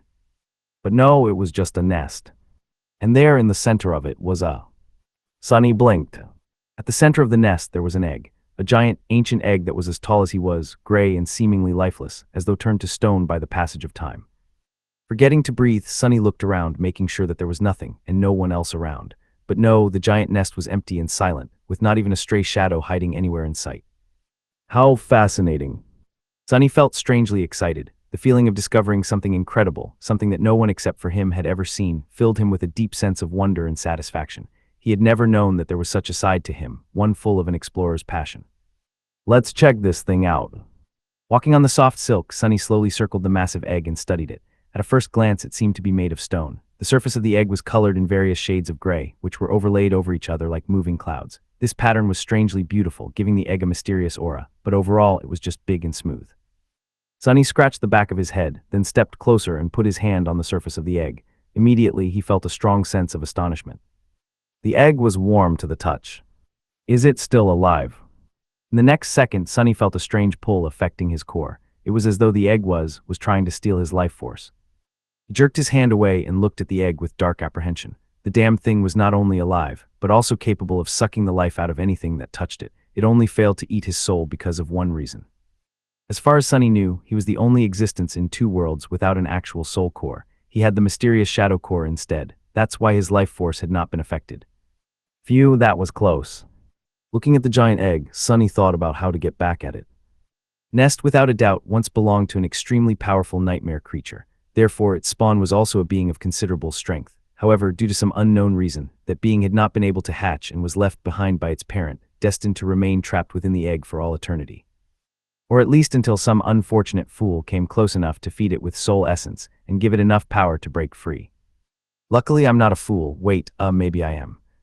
His decisions have been very strange lately. He couldn't quite explain some of them, including this latest one. It was as though his thinking ability had been reduced. Whatever, I'm still smarter than a damn egg. Like a true explorer, he went where no one had gone before and made an incredible discovery. He found an unbelievably mysterious, rare being, one that not a single human had ever heard of. Naturally, he had to kill it. That's what the spirit of exploration was all about, wasn't it? Summoning the midnight shard, Sunny thrust it into the stone surface of the egg, causing a rain of sparks to fall on the spiderwebs. The sharp blade slid harmlessly across the stone, leaving only a shallow scratch on it. Tough bastard. The egg was sturdy enough to withstand a strike from an awakened weapon. If it was that resilient, Sunny was scared to imagine how powerful the adult monster would be. It was definitely not an average nightmare creature. But then, he was not an average sleeper. His shadow flowed from his hands onto the midnight shard, turning the polished metal of the blade black and lusterless. Immediately, a cold aura radiated from the sword, making it feel sharp enough to cut the world apart. Stepping forward, Sunny raised the shard above his head and sliced down, delivering a crushing blow. Enhanced by the shadow, the dark blade bit into the stone surface of the egg and split it apart. Cracks ran through the giant stone egg as Sunny's sword plunged into it. A flash of sinister crimson light shined through the cracks, then disappeared, leaving behind nothing but darkness. A torrent of viscous, black liquid flowed onto the white spiderwebs. In the ensuing silence, Sunny heard the spell's bewitching voice. You have slain a great devil, vile thieving bird's spawn. Your shadow grows stronger. You have received a memory. Chapter 81, Weaver's Eye. Sunny blinked. You have received a memory, drop of ichor. Wait a moment. A great devil, he gulped. Nightmare creature with 4 soul cores was called a devil, just one class below the dreaded tyrant. From that detail alone, the evil ancient egg had been potentially more powerful than the carapace demon. However, what shocked him the most was its rank, not class. The quality of most things having to do with the nightmare spell followed a similar hierarchy, from dormant to awakened, ascended, transcendent, supreme, sacred, and divine. Humans had only ever managed to reach the transcendent rank. These heroes were known as saints, each wielding an unimaginable amount of power and leading humanity in its war against the nightmare creatures. Nightmare creatures, too, were different from each other in a similar fashion, with 7 ranks of power. They were in order of growing strength: dormant, awakened, fallen, corrupted, great, cursed, and unholy. Great Devil, therefore, was a nightmare creature with 4 soul cores, each one of the great rank, which were the same in terms of power as a supreme soul core would have been if a human ever managed to pass the 4th nightmare and rise one step above the saints. Sunny had just killed one of the most powerful nightmare creatures to ever fall by a human hand, at least as far as he knew. Victories against the great devils were rare enough to be of historic importance. Oh, what a stroke of luck to find one absolutely defenseless, yet to be fully born and weakened by thousands of years of neglect. Not to mention the fact that he was probably the only human alive to be partially immune to the egg's terrifying life-sucking powers. Wait, how many shadow fragments did I get? Sunny felt stronger, a lot stronger. He was used to receiving 2 fragments for each awakened beast he killed. Thus, it was fair to assume that a fallen beast would give him 4, a corrupted beast would give him 8, and a great beast would give him 16, forgetting the ridiculousness of the notion that a sleeper would ever be able to slay a great beast. However, the vile thieving bird's spawn was not a beast, it was a devil. It had 4 cores, so 64 fragments. Dumbstruck, Sunny summoned the runes. In his excited state, he even disregarded the insistent forgetfulness that prevented him from doing so earlier. Shadow fragments, 196/1000. After seeing the number, he was giddy with joy at first, but then Sunny frowned. Wait, that doesn't make any sense. I had 96 fragments before coming to the Ashen Barrow. I received 64 just now, that makes it 160. Where did the additional 36 fragments come from? From the fruits. No way, we've been eating them for less than a week, 1 fruit a day. To get that much, a whole month would have to pass. But how could so much time pass without him noticing? Yes, his memory was strange lately, but... Sunny tried to concentrate on the discrepancy, but it was very hard for some reason. The more he thought about it, the less clear he became on what exactly he was thinking about. What was I trying to remember? Something about the shadow fragments, yeah. A few minutes later, he massaged his temples and sighed in frustration. I guess I was trying to calculate how many fragments I got from killing that vile egg. It's 64. What is there to think about? That is great. He would spend more time celebrating the insane amount of shadow fragments he had received, but there was another amazing thing waiting for his attention. Memory. He had actually received a memory from a great devil, a real, actual supreme memory of the 4th tier. That was fantastic. Sunny summoned the runes once more and looked at his memories. Memories: Silver Bell, Puppeteer's Shroud, Midnight Shard, Drop of Ichor. Hurriedly, he concentrated on the new one. Memory: Drop of Ichor. Memory rank: unknown. Memory type: unknown. Memory description: the loathsome thieving bird was hated both by the gods and unknown. However, it only cared about shiny things. Enamored by Weaver's beautiful eyes, it stole one of them on a dark, starless night. Impatient, the vile creature looked at its bounty while still in flight. However, when it saw the reflection of unknown forever frozen in the depths of Weaver's pupil, it went mad and screamed, dropping the eye on the mortal realm below. All that was left in its greedy beak was 1 drop of pure, golden ichor. Sunny frowned. What the hell was that? He had never heard of a memory with an unknown rank and type. How was this even possible? Did the spell really not know, or was it simply refusing to let him know? Why would it do that? In the description itself, what were these words that it failed to translate? He tried to forgo the automatic translation and look at the runes themselves, but they were beyond his ability to translate. In fact, he had never seen runes of this type before. Weirdly, studying them caused him to feel dizzy and nauseated. That is very, very weird. Also, to his shame, Sunny had to admit that he had no idea what the word ichor meant. It simply wasn't in his vocabulary. Maybe if he went to school and got an education like other sleepers, he would know. Sunny hesitated for a minute or two, then cautiously summoned the strange memory. Instantly, golden sparks of light appeared in the air in front of him, coalescing into a spherical drop of radiant, golden liquid. What am I supposed to do with thigh? Before he finished his thought, the spell spoke again. Its voice sounded a bit strange. It was almost excited.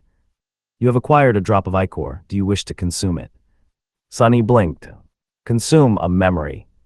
Things were getting weirder and weirder. He hesitated. What was going to happen if he did consume it? Memories were rewards given by the spell to the awakened. As such, they were usually useful, very rarely useless, and never harmful. At least that was the common knowledge. However, this one was out of the ordinary, and it was the spell he was talking about. The damn thing was nothing if not unpredictable, usually with catastrophic consequences. The safest approach would be to put the golden liquid back into his soul sea and never touch it again. But it was a memory received from a great devil. Chances were he would never hold another one in his whole life, not even in his dreams. Sunny was simply unwilling to let this opportunity go. Trying to calm his rapidly beating heart, he licked his lips and said, Yes, I want to consume it. As you wish. The golden sphere separated into two streams of beautiful, radiant liquid. The streams flowed through the air, approaching Sunny's face. He felt a gentle touch caress his cheeks. Then the golden liquid reached his eyes and flowed through them, entering his soul through the pupils. Soon it was gone. Sunny was frozen, not knowing what to expect. A second passed, then another. He raised his trembling hands to his face, finally feeling something. In the next moment, Sunny opened his mouth and let out a terrible, wailing shriek as unimaginable. Blinding pain tore through his entire being. Chapter 82, Fear of the Unknown. Sunny fell into the soft embrace of spiderwebs, screaming, his whole body convulsing in spasms of terrible pain. The unbearable agony radiated through his nervous system, his mind drowning in the endless torrent of torturous, excruciating, harrowing suffering. Felt as though every muscle, every fiber, every molecule of his body was being torn apart and reassembled, only to be torn apart again.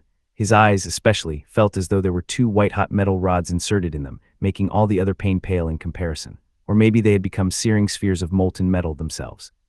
He clawed at his face, leaving bloody marks on it. However, seconds later they were already gone, erased by some unknown force. His voice was soon gone too, leaving Sunny without an outlet to express his horrible torment.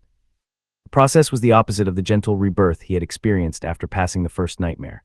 It was violent, ruthless, and unnatural, forcefully reshaping Sunny's body into something that it was not meant to be. That nothing was ever meant to be. Powerless to stop it, Sunny had no choice but to endure the agony. All he could do was try not to go mad from pain. Tears were streaming down his face, leaving bloody trails in their wake. There was no end to torture. Then, after what felt like an eternity, the pain subsided, lessened, and finally vanished. Sunny was left lying on the thick carpet of spiderwebs, utterly drained and depleted. In the silence that was broken only by the hoarse sound of his ragged breathing, the spell's voice whispered, "You have acquired a new attribute. One of your attributes is ready to evolve." Sunny remained motionless for a long time, slowly coming back to his senses. The memory of the terrible ordeal was still echoing in his mind, making him shudder from time to time. He was afraid to open his eyes and look at his body, afraid to see himself changed in some horrific, repulsive way. Have I become a monster? Feeling a sense of dread, Sunny shut his eyes tighter. However, he did not feel like a monster. In fact, he didn't feel different at all. From what he could tell, he still had 2 hands, 2 legs, and soft human skin. There was no change in his strength and resilience. It was as though nothing had happened. Come on, just do it. With a nervous sigh, Sunny opened his eyes and looked himself over. Everything was the same. He shifted his perception and studied himself again through the shadow. He was still human. Well, something did change, but he couldn't quite describe it. It was as though his vision was slightly different from before. The world seemed deeper somehow. Sunny only noticed the difference because of the contrast between his own perception and that of the shadow. Previously, they were more or less similar. A drop of ichor that came from the weaver's eyes. Carefully, he raised a hand and touched his eyes. They felt the same. But they were also different. He just couldn't understand in what way. Lowering his hand, Sunny noticed a drop of blood on one of his fingers. It came from a small scratch on his cheek, one that had not healed like the others. Deep inside his blood, Sunny noticed a barely visible hint of the golden shine. As if the radiant drop of golden liquid he had absorbed was still there, now a part of him, strongly diluted and fused into his own bloodstream. The shine was so faint that he had almost missed it. Sunny suspected that in the light, it wouldn't be visible at all. What the hell have I done to myself? That was the moment when he accidentally glanced at the pupitur's shroud, simultaneously thinking about the golden shine. Something switched in Sunny's head, and suddenly, he saw the memory differently. His eyes widened. Under the surface of the gray fabric, 5 glowing embers were shining with ethereal light. Each of them represented a nexus and anchor of countless diamond strings that stretched to different parts of the armor, weaving an intricate, elaborate, unpredictable pattern. It looked a lot like the inner void of the spell, only at an infinitely smaller scale.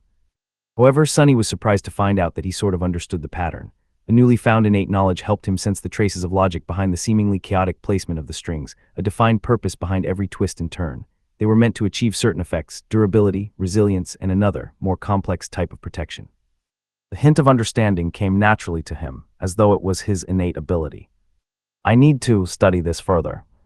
Intrigued and apprehensive, he entered the Soul Sea. A familiar dark expanse of still water appeared in front of his mind's eye. There was the looming shadow core, the shining satellites of his memories, and the strange feeling that something was moving just beyond the periphery of his vision.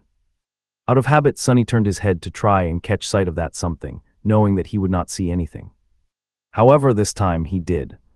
With a startled yelp, Sunny flinched away and lost his balance. What the actual hell? Out there in the darkness at the border of the dim light cast by the shining memories, stood motionless black figures. They were shadows, shadows of creatures he had killed. There was a shadow that resembled the slave with broad shoulders and bloodied back, one whose name Sonny had never bothered to learn. His figure was deformed and horrifying, as he had been transformed into a murderous beast after becoming the host of a Mountain King's larva. That larva was then strangled by Sonny. The shadow of the Mountain King itself was towering above him, just as dreadful and abhorrent as the tyrant had been when still alive. Sonny shuddered as he remembered escaping from the horrid creature's claws. The shadow of the cruel slaver that had hit him with the whip was also there, standing beside the tyrant. This was the first, and for now the only, human whose life Sonny had ended with his own 2 hands. He even stole the boots and cloak of the dead man's body. On both sides of them there were other shadows. Hulking carapace scavengers stood silently, their pincers lowered to the ground. A fearsome centurion's savage silhouette could be seen among them, surrounded by the giant centipedes, bulbous knots of carnivorous worms, and a few strange, mane-eating flowers. Every single being that had fallen by Sonny's hand was there in the form of a shadow, or, to be more precise, every being whose shadow's fragments had been absorbed by him. Despite the fact that shadows had no eyes, he couldn't help but feel that they were all staring at him. Silent, motionless, watching. Feeling cold shivers running down his spine, Sonny gulped and stood up, his legs shaking a little. Finding out that a small army of dead shadows had appeared inside your soul sea was not the most pleasant of surprises, let alone if those shadows once belonged to creatures who you had personally slain. He clenched his teeth. Can I repeat what the actual hell? Chapter 83, 5 The shadows stared at Sonny, and Sonny stared at the shadows. After a while, the situation became a bit awkward. Sonny shifted a little, then hesitantly asked, are you guys not going to do anything?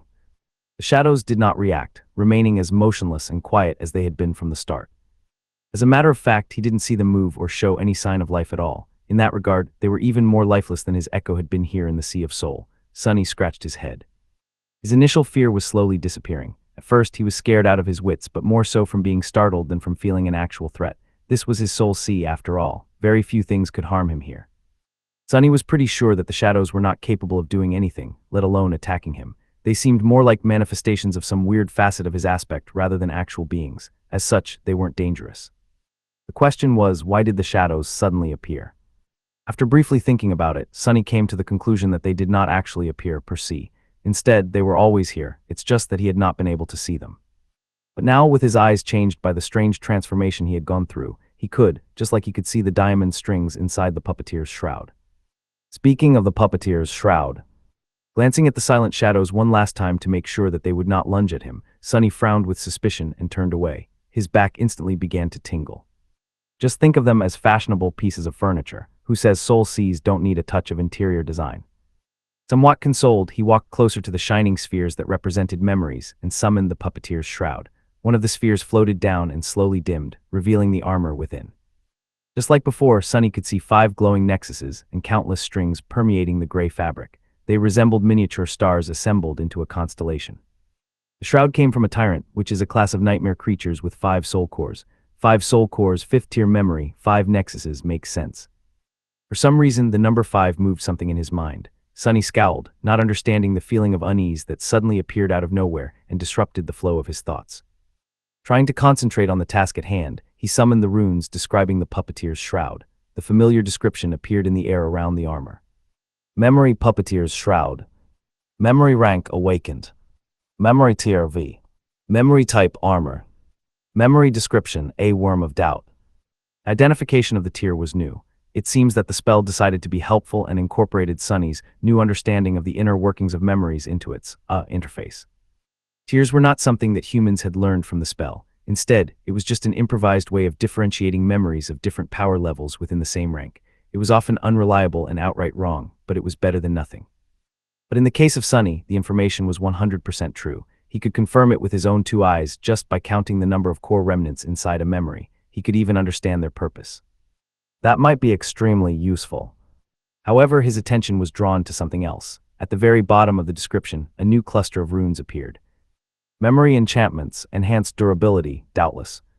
Sonny smiled. That was what he was hoping for. Previously, he had only been able to intuitively sense the special qualities of his memories, with no way to learn their true nature and limits except for the trial and error approach, and using that method during a battle was not conducive to survival. Now, however, he concentrated on one of the enchantments. Enchantment, doubtless. Enchantment description. provides the wearer with a small amount of protection against mind attacks. Good to know.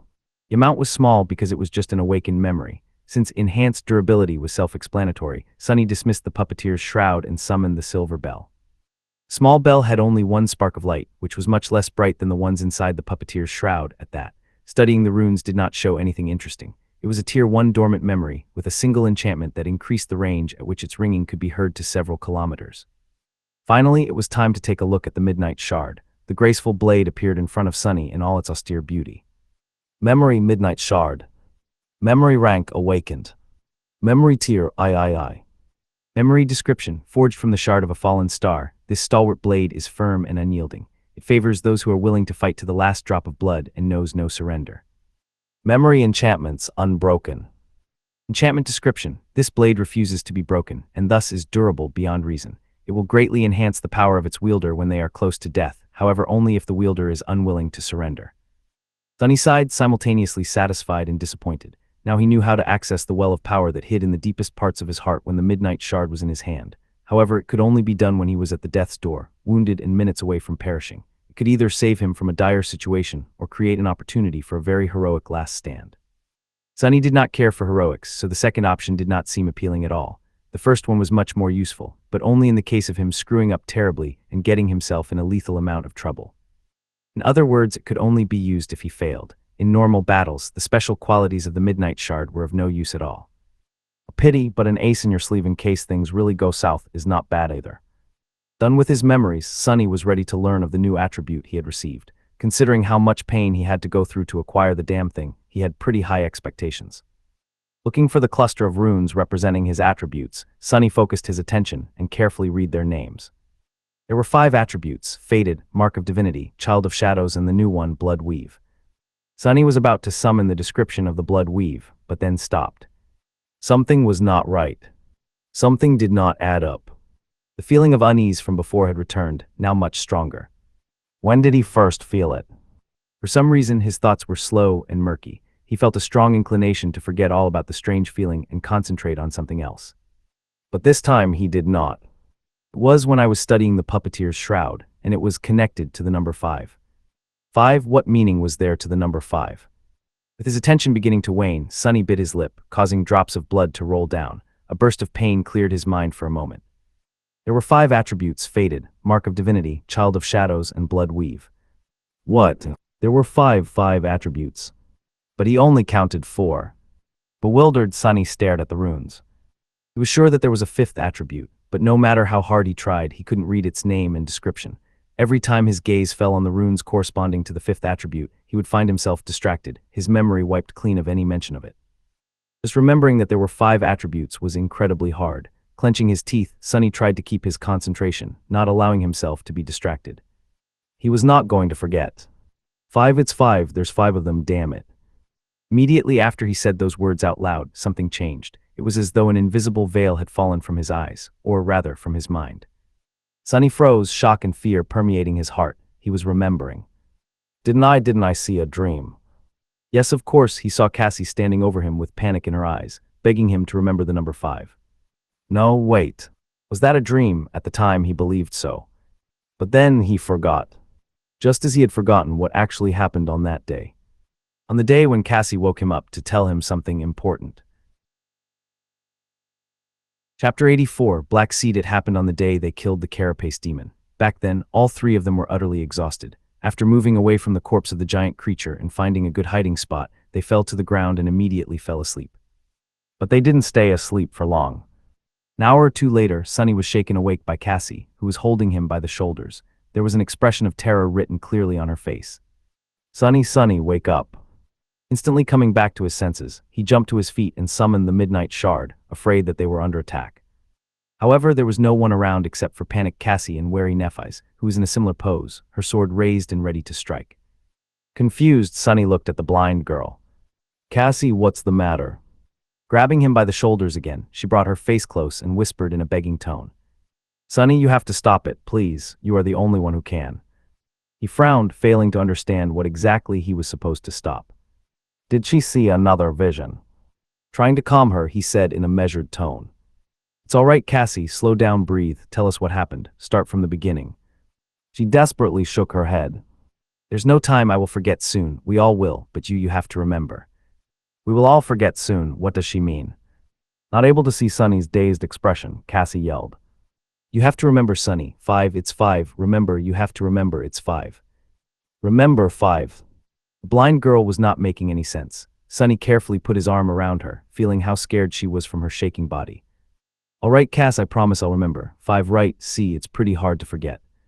Nephis was looking at them with a frown, not neglecting to scan the surroundings for any signs of danger from time to time. For some reason, Cassie was only talking to Sunny, not paying her any attention. What was it that she thought Sunny could do, but Changing Star could not? Hearing his answer, the blind girl calmed down a little. However, she was still terrified. Good, remember, it's 5, you promised. Her voice sounded quieter and quieter, as though she was not sure of what she was saying. Sunny was barely able to discern her mumbling. The more complex a thought, the harder it will be to hold on to it. That's why I can only tell you this one word, the simplest thing to impart. When the right time comes, it might change things. Carefully choosing his words, Sunny hesitantly asked, Cassie, can you tell us what happened exactly? Hearing his voice, the blind girl flinched and raised her head to face him. There were still traces of fear in her eyes, but mostly it had been replaced by confusion. How did something happen? Sunny blinked. Wasn't she the one who woke them up in a panic? Wait, why did she wake us up to begin with? For some reason, he had trouble remembering the details of the past few minutes. The conversation they just had was already hazy in his memory. I guess I'm still groggy from waking up so abruptly. Lack of sleep affects concentration. You wanted to tell us something. It had to do with the number 5. Cassie raised her eyebrows. 5, why 5? Sunny didn't know what to say. He was going to ask the same question. I have no clue. Perplexed, he looked at Nephis, hoping that she will be able to clear the situation. Changing Star was standing a few steps away with a distracted expression on her face. Sensing his gaze, she stared at him and asked, Why do you have your sword out?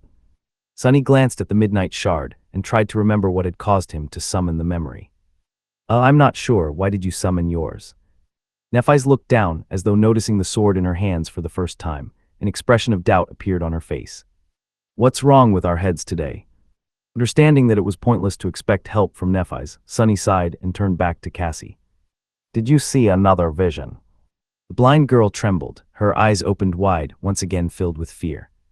A vision? Yes, I saw a vision, an awful, awful vision. What did you see? She was silent for a few moments, trying to remember. A deep frown appeared on her face. Finally, Cassie quietly said, I saw a mountain of corpses, countless bodies piled on each other until they formed a blood-soaked hill, and at the top of it, a tiny black seed was floating in a pool of blood. She grew silent, then continued. That was the past, I think, but then I saw the future, a future. It was us. Oh gods, we were. Her voice trembled, as though not daring to say something aloud. Cassie stopped. Sunny waited for a while, then carefully asked, We were what? The blind girl turned to him in confusion. What? He scratched the back of his head. What were they just talking about? You were telling us about your vision, I think. Cassie frowned. What vision? To his embarrassment, Sunny wasn't sure either. He just remembered something about the number 5 and a seed. For some reason, he felt as though that number was very important. But why? He had no idea. I forgot. Suddenly, Nephis, who was standing nearby, lowered her hands and dismissed the sword that she had been holding for some reason. Looking at them with a bit of confusion, she hesitantly asked, Why are you guys awake? We need to rest. Something might get attracted by the demon's corpse, so we'd better return to peak condition as soon as possible. Distracted and already forgetting about the conversation with Cassie, Sunny blinked a couple of times, shrugged, and decided to go back to sleep. None of this made sense anyway. They were probably struck dumb by exhaustion. He felt so tired. A few hours later, when the shadow noticed the winged creature circling around the island, he awoke again. By that time, the memory of Cassie's warning was so fragmented and hazy that it seemed like a strange dream. But the seed was already planted deep into his subconscious. And now that it had blossomed, Sunny was finally able to fight through the haze of oblivion and remember everything. Chapter 85. One step at a time. Sitting inside the vile thieving bird's nest, Sunny frowned and clenched his fists. Something unnatural was happening to them ever since they came to the Ashen Barrow. Now that he had remembered Cassie's warning, it was apparent that their minds were affected, making them forgetful and easily distracted. Even now that he knew about it, thinking straight was strangely hard. It took all of his will just to keep the knowledge of the anomaly in his memory. The events of these past few days were still hazy. Remembering something else, Sunny closed his eyes in frustration. Had they really spent mere days on this island? The number of shadow fragments he received from eating soul tree fruits suggested otherwise. It was quite possible that as much as a whole month had passed since the first time they ate them. And their minds were corroded a bit more with every day that passed. Pretty soon there would be nothing left of them at all, only empty shells walking around wearing their faces. Sonny's face paled. With a growing feeling of dread, he realized that there were large gaps in his memory. He could not remember how they got to the Ashen Barrow and where they were going. Other things, too, were unclear and blurry. Stay calm. Despite how compromised his memory was, there were still ways to understand what was going on and then maybe undo it. After all, he was able to remember Cassie's warning. That meant that their memories were not gone, just obfuscated. First step, resist the impulse to forget everything again. Not succumbing to the constant pull on his mind was not an easy task, but he was able to manage, at least for now. Second step, try to understand the reason why you were able to remember these things. When Cassie begged him to remember the number 5, she must have already known that he would receive a new attribute. He had noticed the existence of the mysterious 5th attribute as the result, which triggered the frightening revelation. However, why was he able to not forget about the existence of the 5th attribute altogether? What made him so special? Cassie had even said that he was the only one who could do it. Why him and not Changing Star? Sonny massaged his temples, then a sudden realization came to him. Doubtless, one of the enchantments of the puppeteer's shroud was providing him with a small amount of resistance against mind attacks. That's why he was slightly less susceptible to the frightening forgetfulness that infected them on the Ashen Barrow. That was the reason why he had been the last one to agree to eat the miraculous fruits, why he had often felt that things were wrong. He was also the only one who had managed to remember Cassie's warning, even if it took him a long time. Cassie knew about the puppeteer's shroud, and that's why she had chosen him instead of Nephis. Smart girl. So their warped state was the result of a mind attack, but who could attack them on this desolate island? The answer was pretty obvious. That damn tree. Looking down, Sonny felt cold sweat running down his back. Soul Tree was, in fact, a colossal, ancient, and utterly horrifying nightmare creature. If he was right, then its power had to be simply unimaginable. He was afraid to even think about what its rank and class were. No wonder it was able to drain a whole area of the crimson labyrinth of all life. No wonder it was able to survive and thrive in this hellish place. Of all the horrors in this hell, it might have been the most terrifying. Finally, Sonny knew the reason why no other nightmare creature dared to approach the Ashen Barrow. Even monsters were afraid of the Soul Tree. Except for equally harrowing things that dwelled beneath the waves of the deep, dark sea. There was no way for them to destroy it. The Soul Tree was just too big, old, and powerful. For a moment, Sonny entertained the idea of setting it on fire, but quickly abandoned it. He would need a volcanic eruption or some sort of divine intervention to burn that colossus down. So, what to do? After thinking for some time, Sonny decided not to be hasty and move forward one step at a time. First, he had to know the exact situation with his attributes. Summoning the runes, he tried once again to read the description of the hidden 5th attribute. The result was the same. He knew it was there, but could not remember what it was no matter how much he tried. Figures. Confirming that it was still impossible for him to solve that mystery on his own, Sonny moved his attention to the Mark of Divinity. New runes appeared under its description. Mark of Divinity attribute description. You bear a faint scent of divinity, as though someone briefly touched by it once, a long time ago. Mark of Divinity is ready to evolve. Proceed. Not wasting time, Sonny said yes. Immediately the name and the description of the attribute changed. The new runes read. Attribute Spark of Divinity. Spark of Divinity attribute description. Every fire starts from a spark. Somewhere deep within your soul, a radiant spark shines with divine light. He didn't feel any changes within himself. It seemed as though the question of whether or not he wanted to proceed was just a formality, and the attribute already evolved back when he had consumed the drop of ichor. My affiliation to divinity has increased. Neat, although I'm not sure how it might be useful. Was that spark of divinity the reason why he was now able to see the inner workings of memories, as well as some other stuff like the shadows in his soul sea? If so, was it a universal trait of all awakened with high divine affiliation, or just his? For some reason, Sonny felt that it was the latter option. He had received the drop of ichor from a being called Weaver, and then became able to see the strings that were weaved through the memories, giving them their unique qualities. It wasn't hard to see the connection. If this was true, did it mean that there were different kinds of divinity, and he inherited a small amount of a very special kind of divinity? Was Weaver even a deity? Every god he had heard about was named in a similar fashion. There was Shadow God, War God, well, that's it. He had never heard the names of any other god. However, Weaver's name was different. Maybe Weaver was not a deity at all. Maybe he, she, or it was actually one of the unknown. Sonny shook his head, feeling that he had almost allowed himself to get distracted and release the hold on his memory. He could not allow himself to go on tangents now. Concentrating, he looked at his new attribute, Blood Weave. Blood Weave attribute description. You have inherited a part of Weaver's forbidden lineage. Your blood has been altered and imbued with odd tenacity. So he would be less likely to bleed out in the future. That was a very nice enhancement. However, it did not help Sunny with his current situation. It was time for the next step. It was early morning when Sunny descended from the soul tree. However, he didn't bring any fruit with him. Walking over to sleeping Cassie, he took her by the shoulders and gently shook her awake. The irony of how this situation mirrored the one where Cassie had told Sunny to remember the number 5 was not lost on him. The blind girl slowly came to her senses and turned to face him with a sleepy, confused expression. "Sunny, why are you up so early?" He hesitated, then said with a friendly smile, trying very hard to act as though everything was all right. "Actually, I didn't sleep at all this night." Cassie frowned. Luckily, she could not see the sorry state he was in, nor the dried blood on his face. "Really, why?" He shrugged. "I decided to climb the soul tree and search for some fruits, but that's not very important. Hey, your aspect ability allows you to see other people's attributes, right?" She nodded, still confused. "Yes, you know this. Why?" Sunny lingered, then said in a carefree tone, "Can you take a look at mine?" Chapter 86, Final Clue. Sunny's thought process was very simple. Honestly, in the state he was in, complex ideas that went against Soul Tree's indoctrination were almost impossible to hold on to. He was already at his limits just trying to remember what had happened in the giant nest.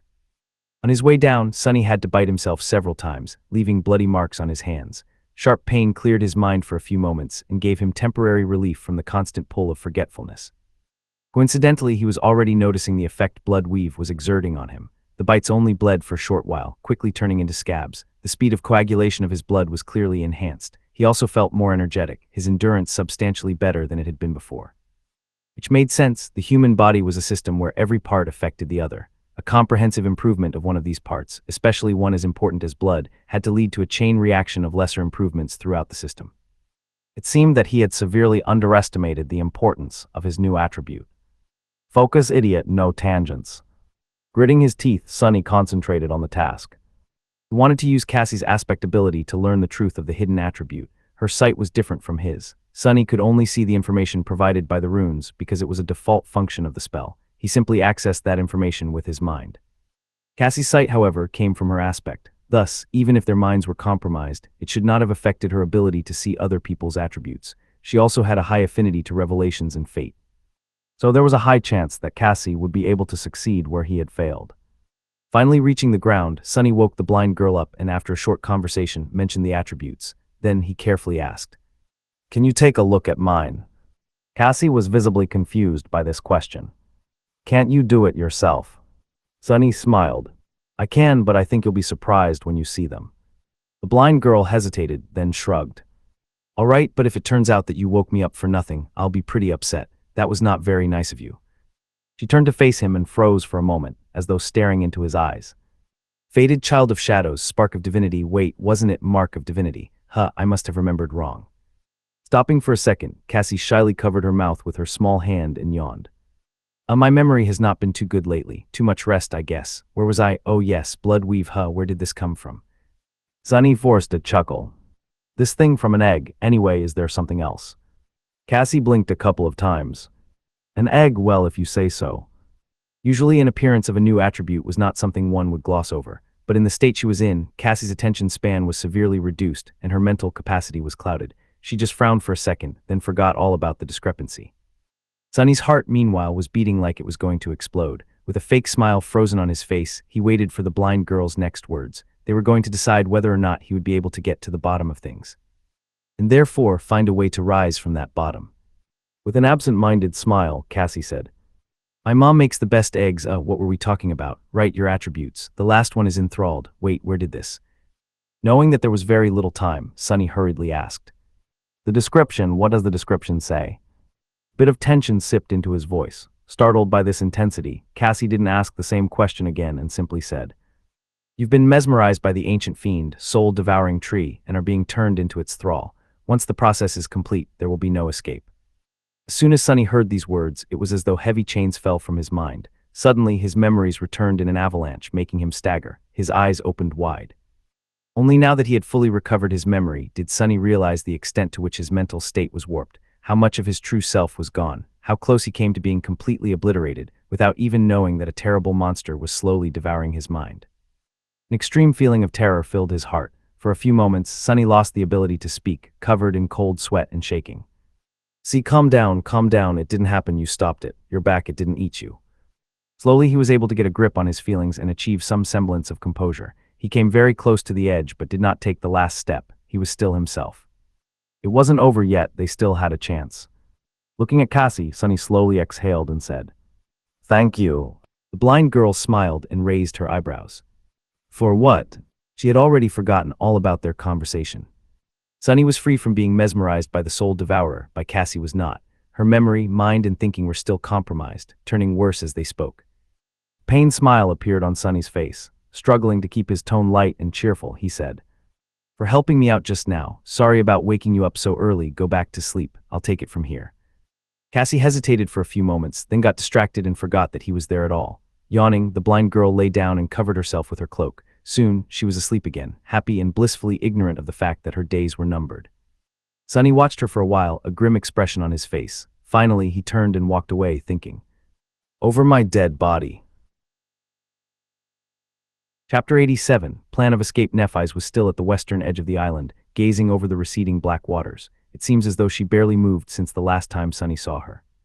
Looking at her with clear eyes, free from the most debilitating effects of being enthralled, he was able to notice things that he had not noticed before. Neph's hair was indeed longer. Back at the academy, it was short and usually parted to the side. Now silver strands were already long enough to cover her ears, hanging messily without their usual luster. Changing Star's face seemed much thinner, with dark circles under her eyes and a bleak, dull expression. Her usual confidence and energy were gone, replaced by exhausted stillness. She looked as though some unknown illness was consuming her from inside, slowly turning the once radiant girl into a pale shadow of her former self. Sonny suspected that he knew what that illness was. He had known for a long time that Nephis had a mysterious goal, and that her determination to achieve that goal was nothing short of frightening. That burning desire of hers, it seemed, was strong enough to resist even the enthrallment of the soul devourer. However, while the feelings remained, the actual memories were gone. Thus, Nephis had been left longing desperately for something that she did not know, with no way to understand the nature of her emotions or satiate them. This inner conflict was the reason for her terrible state. Coming closer, Sonny sat down and looked at Neph, wishing to see her striking gray eyes shine once again with unbreakable resolve. "Hey, Neph." She turned her head to him, not saying anything. Sonny gritted his teeth, feeling dark anger blossoming in his heart. "That loathsome tree. I have something to tell you." Trying to stay calm and not miss anything, he told Nephis everything that he had found out. He told her about his trip to the upper parts of the soul tree, the giant nest he had discovered, the vile thieving bird spawn and how he had killed it, the strange memory with no rank and type, the new attribute he had received, and the hidden one he had accidentally discovered. Finally, Sonny told her about the nature of that attribute, the true nature of the soul devourer, how long they had been on the island, and what they had forgotten. When he finished, Changing Star's expression didn't change one bit. Looking away, she simply said, "I see." Sonny blinked. I see, that's all you have to say." She glanced at him and smiled darkly. "What do you want me to say?" He gaped at her and clenched his fists. "Wow, how horrible. Good job, Sonny. Say something at least. Is it so hard to behave like a human?" She turned away, not answering. Sonny stared at her for several seconds, then said in a tired, defeated voice, "I don't know what to do. Tell me what to do, Neph. How do I get us out of this?" She was silent for a while. Sonny almost assumed that Changing Star had already forgotten everything that he had told her, but then he noticed sparks of white radiance dancing in the depths of her eyes. Nephis had activated her aspect ability, using pain to stay lucid for as long as possible. Finally, she looked at the retreating dark sea and said, "We need to build a boat." Sonny blinked. "What?" Changing Star sighed and turned her face to look at him. "We've been here on this island for many weeks. Our minds are slowly being erased by the soul tree, turning us into its slaves, forever. However, the process is not complete." He nodded, listening. "What thoughts did the soul tree put in our heads? That it is benevolent and great, that its fruits are desirable, and that we shouldn't leave the island, staying as close to it as possible. The first two commands make perfect sense. The third, however, is not so simple." Nephis gestured at the vast expanse of black water. "From that third command, we can deduce that the effect of the soul tree's enthrallment weakens with range, and that if we put enough distance between ourselves and the tree, it will be broken." Sonny's face brightened when he understood Neph's logic. So there was a way. They just had to leave the ashen barrow and flee, not looking back until the soul devourer's brand was gone from their souls. However, But why a boat? Why not just run away on foot? Changing Star lowered her head and said quietly, "We'll never make it to the castle on foot, we'll just die. I was too arrogant before to think, well, it doesn't matter now. It will take many months to go around the crater through the labyrinth, especially now that we don't have the echo. And every day we spend there is another day we risk encountering something that will kill us without even breaking a sweat." She sighed. "We were already lucky to survive for as long as we did. But in the end, no matter how much we fought and persevered, we still encountered the soul tree. This should have been our end. Do you know how improbable it is that we even got a chance to have this conversation?" Sonny hesitantly shook his head. "First, we had to have an oracle in our group to see the future. Then, Cassie had to formulate and execute an ingenious plan in the short amount of time her memory remained intact. That plan was based on the fact that there was someone with an awakened armor of 5th tier in our group, one enchanted with the extremely rare mind protection trait, no less. Awakened with the revelation affinity were few and far between. Sleepers with a memory equal to the puppeteer's shroud were even rarer. That person then had to find and kill a great devil. More incredibly, he had to receive an actual lineage memory from it. Do I need to explain how implausible this combination of events is?" Sonny slowly shook his head. Nephis closed her eyes. "My point is, if we go into the labyrinth, we will inevitably meet the next soul tree, and even if we miraculously manage to survive that encounter, there will be the next and then the next. Sooner or later, we will die." She looked west, where the last remnants of the dark sea were disappearing beyond the horizon. "But if we build a boat and use Cassie's staff to fill the sail with wind, maybe we'll be eaten by the dwellers of the depths, or maybe they won't pay us any attention at all. It's a gamble either way. Either we die, which is the same as returning to the labyrinth, or not. If we survive, we'll be able to travel 100, maybe even 200 kilometers in one night, more distance than we had covered so far." Sonny froze, stunned by that number.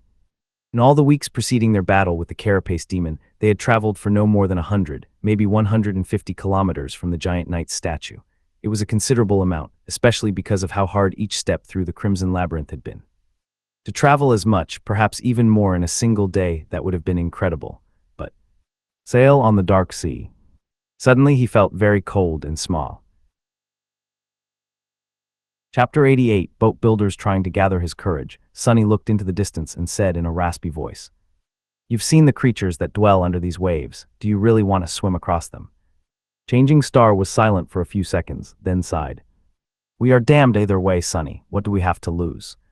She fell silent for a moment and grimaced, pale flames dancing in her eyes. Then, in a quiet voice, she added, "You will not light any fires, relying on your eyes to guide us west. We will hope that Cassie's armor will protect us. Maybe it will be enough." Sonny glanced at Neph and asked, "What's so special about Cassie's armor?" She hesitated for a moment, then answered without looking at him. "It's a Tier 6 awakened memory. One of its traits is to make the wearer less likely to draw the enemy's attention." While Sonny was digesting this information, Nephis suddenly trembled. Closing her eyes, she said through gritted teeth, "I am at my limit. My mind is fading. If you have any questions left, better ask them fast." He blinked, startled. Then, knowing that there was not much time left, Sonny asked the first thing that came to his mind. "Do you even know how to build a boat?" Changing Star simply nodded, letting him know that she did. Her expression was slowly turning lost and dull again. Racing against time, Sonny frantically thought of another question. "How do I convince you to leave the island once your memory is gone?" Nephis looked at him, struggling to hold on to the last shreds of lucidity. For a moment her eyes became clear again. White flames ignited in their depths, illuminating her pale, beautiful face. "Aster, Song, Vale, say those words to me and I will listen." Starting to lose the grip on her thoughts, she turned away and added after a short pause, her voice steady and even. "If anything happens, take Cassie and flee. Don't. Then the light in her eyes slowly dimmed, and soon, Changing Star was staring west once again, all memory of their conversation gone from her mind. Sonny sat by her side for some time, waiting. After a while, he shifted a little and said, "Hey, Neph." She turned to him, her face bleak and full of confusion. "Sonny, oh, when did you get here?" "A while ago." Then he smiled and said in a carefree tone, "Hey, can I ask you something? Do you know how to build a boat?" Nephis was very surprised by his question, but eventually agreed to help him. Sonny didn't tell her why exactly he wanted to build a boat, dodging the questions with practiced finesse. His flaw was not making things easy, but with the state Neph was in, persuading her was not very hard. Manipulating her felt a little strange, but explaining everything once again would have taken too much time, not to mention that he wasn't sure that it would work again. And there was not much time left. With every hour their condition worsened.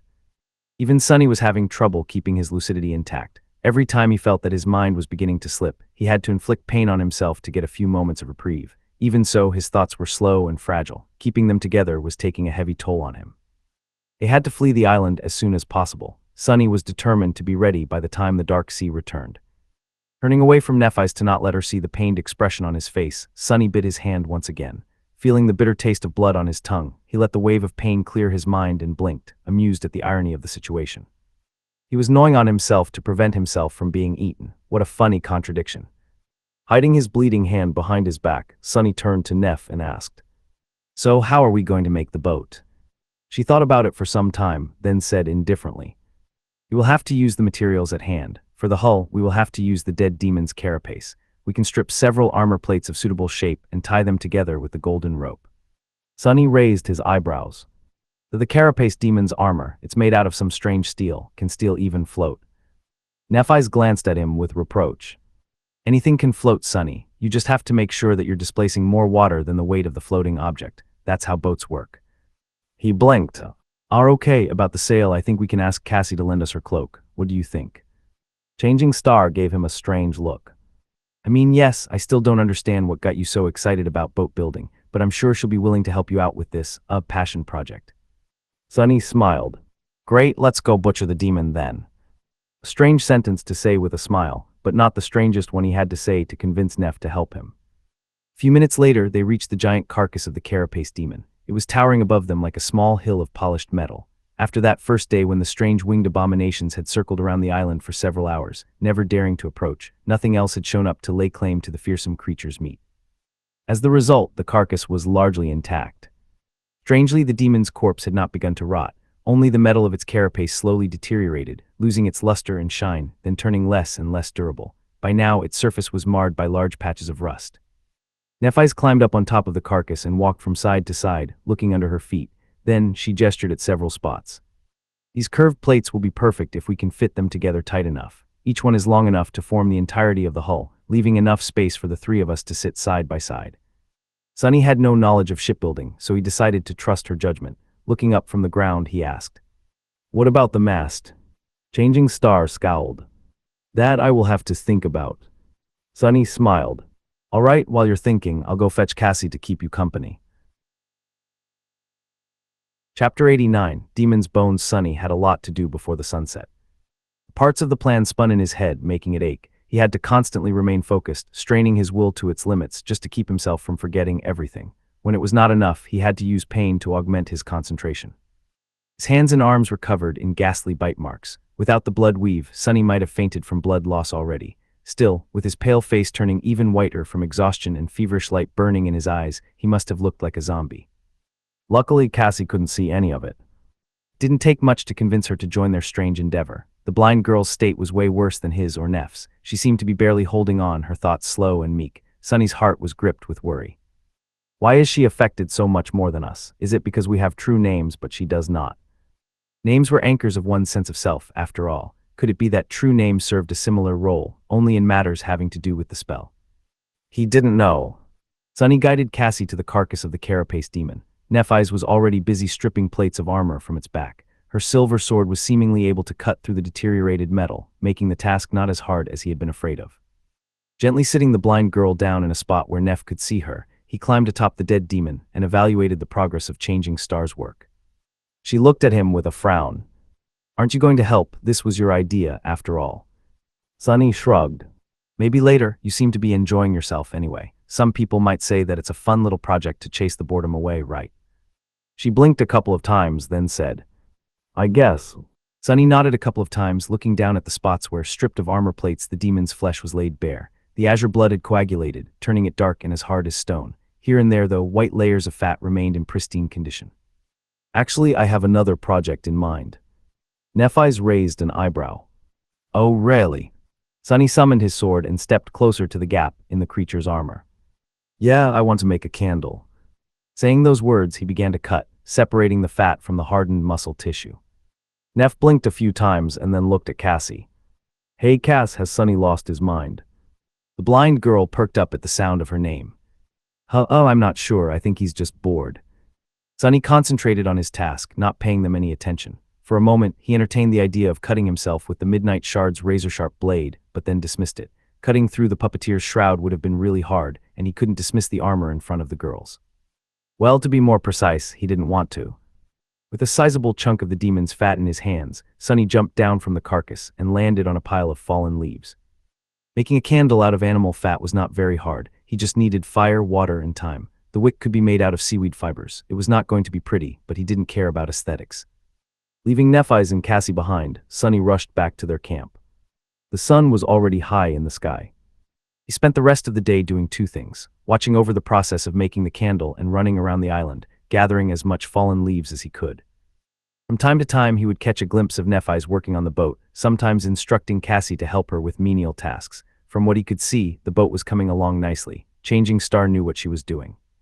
Of course, this was only possible because he had convinced her that this was just something he wanted to do for fun. And the girls knew that Sonny was planning to use the boat to escape the Ashen Barrow. The effects of enthrallment would have kept erasing their memories of the task, making finishing it impossible. As it stood, Sonny was the only one who knew the true purpose of the boat. That's why he was forced to bear the full weight of Soul Tree's mind corruption alone. He felt as though he was about to drop dead of exhaustion. His head felt like it was filled with molten iron. His vision was starting to become blurry. But stubbornly, Sonny refused to give up. No matter how tired he was, how much he wanted to let go and ease this suffering, returning to the bliss of not knowing, he kept his thoughts on one goal and one goal only: escaping the clutches of the Soul Devourer. Finally, with the evening approaching, the boat was ready. Looking like a walking corpse, Sonny slowly approached the demon's carcass, which was now cut open and sliced apart. It was as though a mad vivisector had visited the island to perform an autopsy on the giant and forgot to sew the poor creature back up. Nephis looked at him with concern. "Sonny, are you all right?" Giving her a crooked smile, he shrugged. "I'm fine, comparatively." He did not specify what exactly he was comparing his current condition to. Turning his head, Sonny looked at the boat with dark satisfaction. It was not how he had imagined it. Hull was made out of curved plates of polished metal, with sharp spikes protruding from them in all directions. The plates were held together by the golden rope that was tied tightly around them. Changing Star had managed to make the gaps between the different parts of the hull so thin that no water could sip through. The mast was made out of the demon's spine and ribs, with Cassie's enchanted cloak hanged on them to serve as the sail. There was even a steering oar, fashioned out of the tip of the giant scythe. He had expected to see a makeshift raft, but what met him was an actual vessel. Yes, it looked crude, but also strong, eerily macabre, and strangely impressive. Sailing upon the cursed sea on a boat made of demon bones sound like the beginning of a legend, he thought, temporarily mesmerized by the ghastly visage of the carapace vessel. Nephis looked at him with a hint of satisfaction. "Happy now what?" Sonny gathered his thoughts. Now, as soon as he tried to think of what they had to do next, an invisible barrier appeared in his mind, blocking any attempt to continue that thought. Now we. No matter how hard he tried, Sonny couldn't quite remember what he wanted to do. With a scowl, he raised his hand and bit down on his mangled palm, feeling drops of blood flowing into his mouth. But even that pain did not help him destroy the barrier. Sonny smiled darkly and kneeled, placing his hand on the ground. Summoning the midnight shard, he raised his other hand and brought the pommel of the sword down without any hesitation. As the brittle bones of his ring finger shattered from the powerful strike, a wave of agony washed over his mind, obliterating the adamantine barrier. Now we get the hell out of here. Chapter 90. Nightfall. Nephis stared at Sonny, shocked by his sudden act of self-mutilation. Hissing through gritted teeth, he dismissed the midnight shard and slowly rose back to his feet. "Aw crap, that really hurts." His poor finger was red and swollen, pulsating with sharp pain. It was unmistakably broken. Sonny was so full of self-pity that he wanted to cry. "Why am I so unlucky? First that nightmare in the nest, now this. How come no one else is suffering, just me?" He conveniently decided to forget that Changing Star had been literally torturing herself for weeks, and that due to her blindness, Cassie was always covered in bruises. Hearing his pained voice, the blind girl turned her head and asked, "Sonny, what happened?" He grimaced and tried to smile. It's nothing serious really, I just sort of smashed my hand a bit." Nephis opened her mouth to say something, but he hurriedly interrupted whatever she wanted to say. "Anyway, Neph, can you help me drag this gruesome masterpiece of yours to the edge of the island?" At this point, one wrong question could make things very complicated. He didn't want to reveal the true purpose of his actions until the last moment. That way, he would have more leeway in how to deal with problems, should any arise. Changing Star hesitated. A few seconds later, she shrugged, looking at him with a concerned frown. "Are you sure you're okay, Sonny?" He forced a smile. "I will be if you help me." Giving up, she shook her head and walked over to the front of the boat. Sunny turned to Cassie. "We're off, Cass, wait here for a bit, all right, I'll come get you soon." She lingered as though not quite understanding his words, then answered with an uncertain expression. "Oh, okay." Sunny raised his healthy hand to grip her shoulder, then hesitated and turned away with a dark look in his eyes. Enduring the pain, he walked toward the boat. "Hold on a little more, Cassie. It will be over soon, I promise." The night was already approaching. Sunny and Nephis dragged the boat across the island, pulling it as oxen yoked to a wagon. The ashen sand was not the most difficult of terrains, but the spikes on the strange vessel's hull were making the task harder. Thankfully, the boat was lighter than it looked.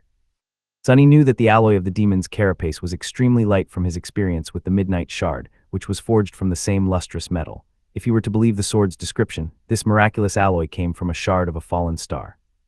Whether this omen was good or bad, he didn't know. Soon they heard a thundering rumble in the distance. It came from the direction of the colossal crater. The dark sea was awakening. Gritting his teeth, Sunny grabbed onto the golden rope that was coiled around his chest and pulled harder. "Come on, faster." The sun was just about to touch the horizon when they finally reached the edge of the island. Falling to his knees, Sunny released the rope and gasped for air, his chest rising and falling frantically. A wave of overwhelming exhaustion was drowning his senses, making it hard to stay awake. "Not yet, you can't let go yet." Nephis was silent, looking at him with a frown. For once, Sunny felt glad that she was weirdly taciturn by nature. Gathering his strength, he stood up and glanced at the darkening sky. Time was running out. Turning to Neph, he strained his parched throat and said in a raspy voice, "I'll explain everything once Cassie is here. Don't go anywhere until I bring her, all right, please." Changing Star stared at him for a few seconds, then shrugged with indifference and didn't say anything. "I'll take it as a yes." What else could he do? Cursing under his breath, Sunny turned around and hurried away. He had one last task to accomplish before returning for Cassie. Some time later, he came back to the spot where he had left Cassie. The blind girl was still there, sitting some distance away from the carapace demon's carcass and idly staring into the ground. Hearing the sound of his approaching footsteps, she smiled weakly. "Sunny." He walked over, tired to the bone, and said while trying to keep his tone casual, "Yeah, it's me." Cassie got distracted for a moment, then asked, "Do you have a fruit? I'm hungry." He flinched, then shook his head. "Listen, we need to." "I'm hungry, do you have a fruit?" Sunny stopped, looking at the blind girl with a forlorn expression. She sounded like a broken doll, repeating the same phrase over and over. Her condition wasn't good. He licked his lips. "Come with me and your hunger will disappear." This was the best misdirection he could come up with within the confines of his flaw. However, this time, he failed to achieve the desired effect. Cassie smiled and said, "Really, you'll take me to the fruits?" Due to his exhaustion and the debilitating effect of the enthrallment, Sunny got distracted for a moment and failed to control the flaw. Without realizing it, he opened his mouth and said, "No." Cassie pouted and lowered her head. "That's not nice, Sunny. Why did you lie to me?" Still reeling from his mistake, Sunny missed the moment and made things even worse, turning a small oversight into a real problem. "Because I want to take you away from this cursed island." As soon as the words left his mouth, Sunny froze and opened his eyes wide, refusing to believe that he had just messed up that bad. However, the damage was already done. Cassie turned to him with a deep scowl. "Take me away, but I don't want to leave. Why would I leave the soul tree?" Sunny silently cursed and shouted, abandoning any attempt to control himself. "Because that thing is evil, it's pure goddamn nightmare. Come on, let's go." Grabbing her hand, he tried to pull the delicate girl away, but she resisted with surprising strength. "Let go of me, you jerk." Cassie managed to rip her hand away from his grip and flinched back, looking at Sunny with anger. "I said I don't want to go. You're acting strange, Sunny. Stop, please." Sunny froze, not knowing what to do. This island is our home. It's so nice here with the three of us together. Why do you want to leave?" He lingered, struggling to do what he knew had to be done. Finally, Sunny gritted his teeth and said, "Because it's 5, remember." "I'm sorry, Cassie." Then he lunged forward and violently grabbed the blind girl, easily suppressing her resistance. "What are you doing? Stop, help, Neph." Throwing her over his shoulder, Sunny turned around and ran toward the edge of the island. Cassie resisted desperately, using her small fists to pummel his back with a rain of punches. Despite the fact that she had never taken part in battles against the nightmare creatures of the Forgotten Shore, she still was considerably stronger than a normal person. All those soul shards Changing Star had shared with her gave Cassie enough strength to make Sunny feel every strike. It wasn't enough to seriously injure him, but more than enough to hurt like hell. "I'm sorry, I'm really sorry, Cassie." Deeply disturbed, Sunny tried to block out Cassie's desperate screams and rushed to the boat. His forehead was covered in cold sweat. As the last glimmers of light were disappearing from the sky, he finally returned to the edge of the island. The ghastly boat was silently standing on the sand, just a few meters away from the restless black water. Changing Star was resting just in front of it, raising her head to look at the source of the commotion. Neph, help, Sunny had gone crazy. Nephis slowly rose to her feet, her indifferent expression radiating coldness. She slightly outstretched one hand. Crap. Wait, it's not. Before he could finish the sentence, the silver sword appeared out of thin air, aimed at the ground for now. Explain yourself. Changin Star's voice was even and calm, but Sunny could feel the hidden threat in it. Suddenly he saw her in a new light, or rather in an old one. As a potential enemy. The idea of facing off against Nephis sent chills running down his spine. He had almost forgotten the feeling he got back in the academy, watching her wipe the floor with most of the sleepers in their batch. He had forgotten that she, too, was a monster. Chapter 91, Escape. Licking his lips, Sunny cautiously said. It's not as you think, Neph. We've been caught in a trap by the Soul Tree. It's not benevolent, it's not protecting us. In fact, it's doing the opposite. If we don't leave this island, we'll become its slaves forever, or until it finds someone stronger and devours us. She tilted her head and looked at him with an unreadable expression. Come on, Nephis, remember, we've talked about this already. This whole thing was your idea to begin with. For a moment he thought that his words had awoken the stolen memories in her mind, but her response shattered those hopes into pieces. Leave the great tree, you have really lost your mind. Curses. Changing Star raised her sword and said in a tone that made Sunny tremble. Let Cassie go now. He hesitated, thinking about the best course of action. Then he carefully placed the blind girl on the ground. All right, I did see, now listen to me. I have something very important to tell you. Before he was done speaking, Nephis disappeared from his view. Realizing that he was about to be attacked, Sunny prepared to defend himself. However, a moment later, he was already lying on the ground, the tip of the silver sword pressed against his throat. Changing Star was standing above him, pale lights burning in her eyes. Well, that was embarrassing. All his training, all the experience he had won in countless bloody battles, all the power he had gained, Sunny had really thought that he stood a decent chance of standing his ground in a fight against Nephis, maybe even reaching a tie. But in the end, he had only lasted a second. One would be tempted to call this shameful display a premature capitulation. Nice one, idiot, now stop fooling around and focus. Feeling the cold steel touching his skin, Sunny tried to move as little as possible. He was pretty sure that Changing Star wouldn't just kill him in cold blood, but it was still better to not give her any reasons to do something drastic. After all, Neph's mind was not all there. Looking up at her cold, indifferent face, Sunny strained his vocal cords and shouted in exasperation. Aster Song Vale. Nephis's hand trembled, making a drop of blood roll down his neck. Her eyes opened wide, full of surprise and shock. Then a dark expression appeared on her face. Pressing slightly on the sword, she took a step forward and pierced him with a burning gaze. When she spoke, her voice was trembling with suppressed emotions. How do you know these names? Who are you? Sunny blinked, equally as surprised by her reaction. He had thought that these weird words were just a part of some code to jog her memory awake, but as it turned out, they were not. Aster Song Vale, what the hell does it mean? What can make Nephis lose her cool? It has to be something important. Trying to stay as still as possible, he cautiously glanced at the blade of the sword and honestly answered. I didn't even know that these were names. It's just what you told me to tell you in case you forget what had to be done. You said if I tell you this, you'll listen to me. Nephis stared at him, a shadow of doubt appearing on her face for a split second. It was gone almost instantly, replaced by grim determination. Gritting her teeth, she snarled. Which domain do you belong to? Sunny had no clue what she wanted him to say, so he just asked. What's a domain? She grinned, a maniacal glimmer appearing in her eyes. This was very unlike calm, composed Nephis. If Sunny didn't know better, he would think that a completely different person was standing in front of him. A person that was much more unpredictable and dangerous. Meanwhile, Neph said, Don't pretend to. Suddenly she stumbled, then frowned. It seemed as though Sunny's question touched something in Changing Star's mind, causing a chain reaction. A few seconds passed, each turning her frown deeper. Slowly, the familiar poised calmness returned to her eyes. It didn't seem as though she had remembered everything, but just as Nephis had promised, it seemed enough to make her listen to what Sunny had to say. He understood it from the fact that she had finally removed the tip of the sword from his throat. She even helped him stand up. Looking at Sunny with a strange expression, she then said, I really told you those words. Rubbing his slightly cut neck, he simply nodded. Blood Weave was already busy repairing the damage to his skin. Nephis looked down, then closed her eyes for a few moments. When she opened them again, they were full of resolve. What do I need to do? Sunny really wanted to ask her about the meaning of the three mysterious names, but decided against it. They had to hurry. Ask Cassie to summon her staff, then get her into the boat. Dismissing her sword, Changing Star glanced at him for the last time and walked toward her friend. Somehow, Nephis had managed to talk Cassie into following her and boarding the ghastly vessel. She probably had to lie about a lot of things, but Sunny didn't want to ask, afraid that his flaw would ruin everything.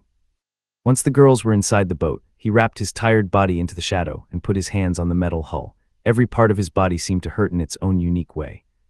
His mind was utterly exhausted. "Come on, Sunny," one last push. With a crooked smile, he strained his muscles and pushed the boat toward black water.